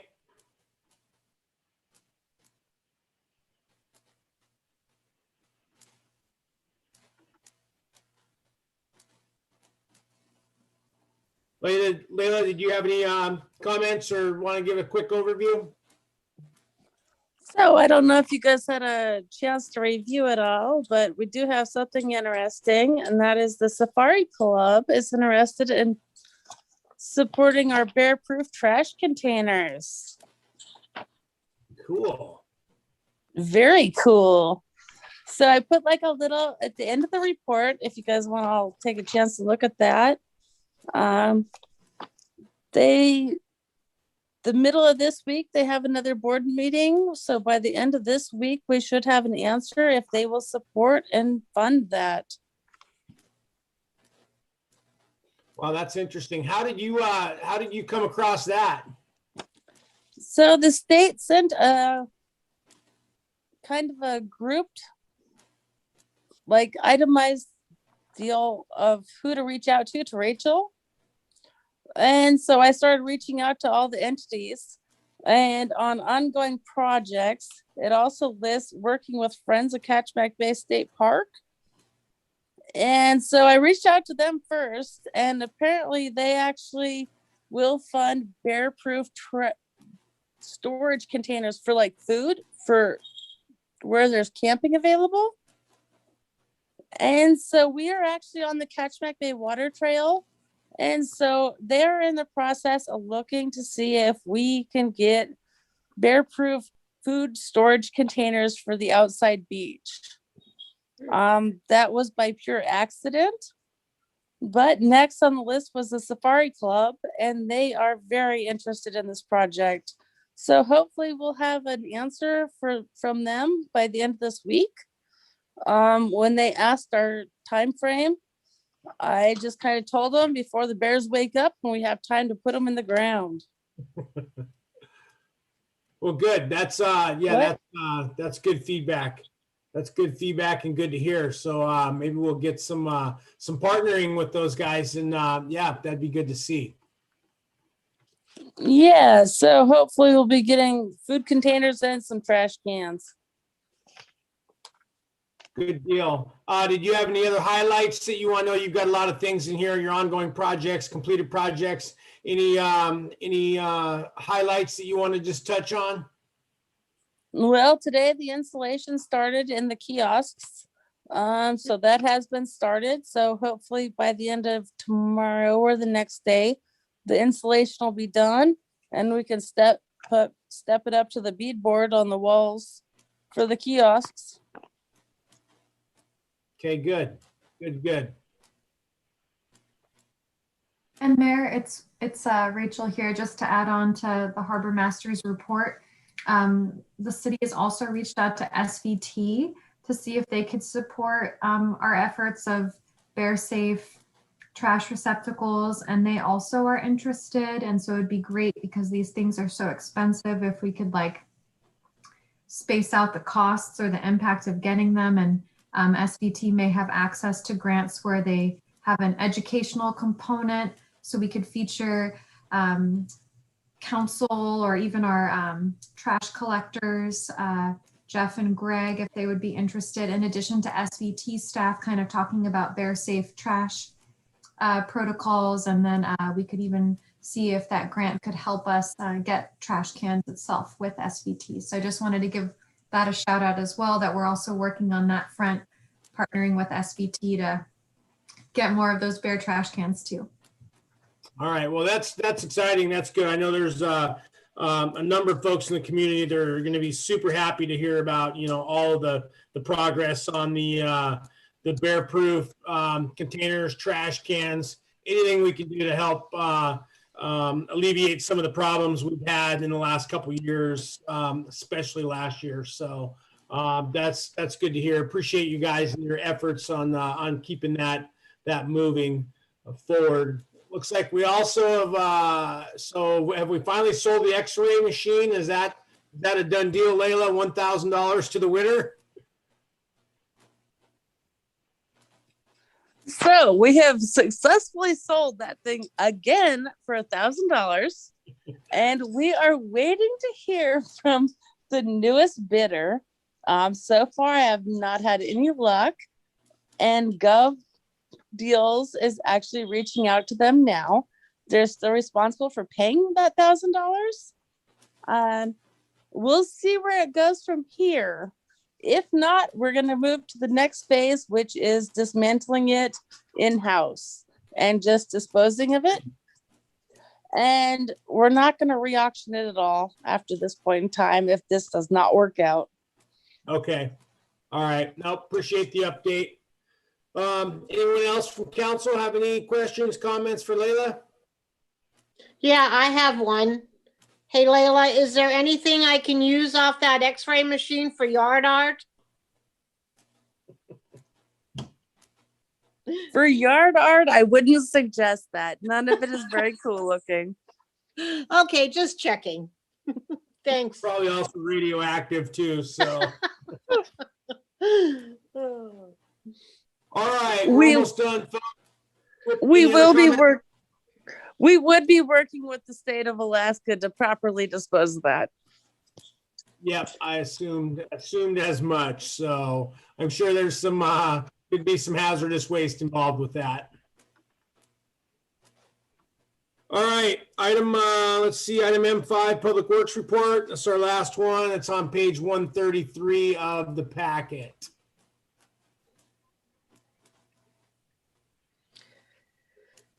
That all looks pretty straightforward. Like the new boiler got ordered, lift station pumps are ordered. So that's all good news. Some more of the dock lights fixed. I have also started noticing around town, a few of us were talking the other day, we were looking around and started to notice that some of the street lights have started being replaced with LEDs. And I don't know if it's as they break, if they're starting to get, when HEA comes over to repair them, if they're just replacing them with an LED upgrade, or how that's where I'm not sure what the process is on that. Does anyone? Yep, Heidi, that's perfect. Go I ahead. can speak to that if you'd like, Mr. Mayor. So yearly or annually, the city does an inventory of the city streetlights.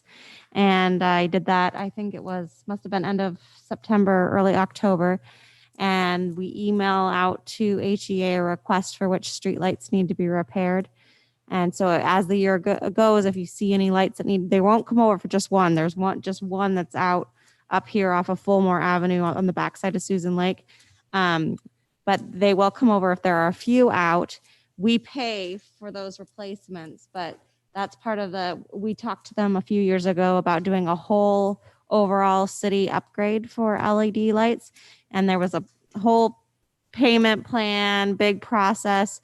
And what it ended up coming down to is it was more painless and easier if, as the lights went out, they were already going to retrofit and come in and make all the new lights LED as part of their plan moving forward. So that's what we're seeing. I think it was 17 or 19 lights. I can go back and check this year that I put in for the city to have replaced. So that's the ones that you're seeing that are the weird yellow orange light. And certainly if people in the public see lights that go out or council sees them, if you just shoot me an email, I compile them and then let HEA know, and when they come over, they'll fix the new ones up as well. But yes, new LED lights. It's exciting to see them happening finally. Heidi, do you know how many off the top of your head? How many streetlights do we have that we're responsible for? Off the top of my head, I want to say there was 46, but honestly, that's probably not a very good number. I have the document at the office, so I can share that at the next council meeting, how many lights we have total and then how many were just replaced. Okay, good. Yeah, at some point, maybe if you guys could throw that in a manager's report or something, that'd be good to know. But that's nice to see. I know we started talking about that a few years ago, and nice to see progress on that. So appreciate that. All right, any other questions from anyone on the Public Works report?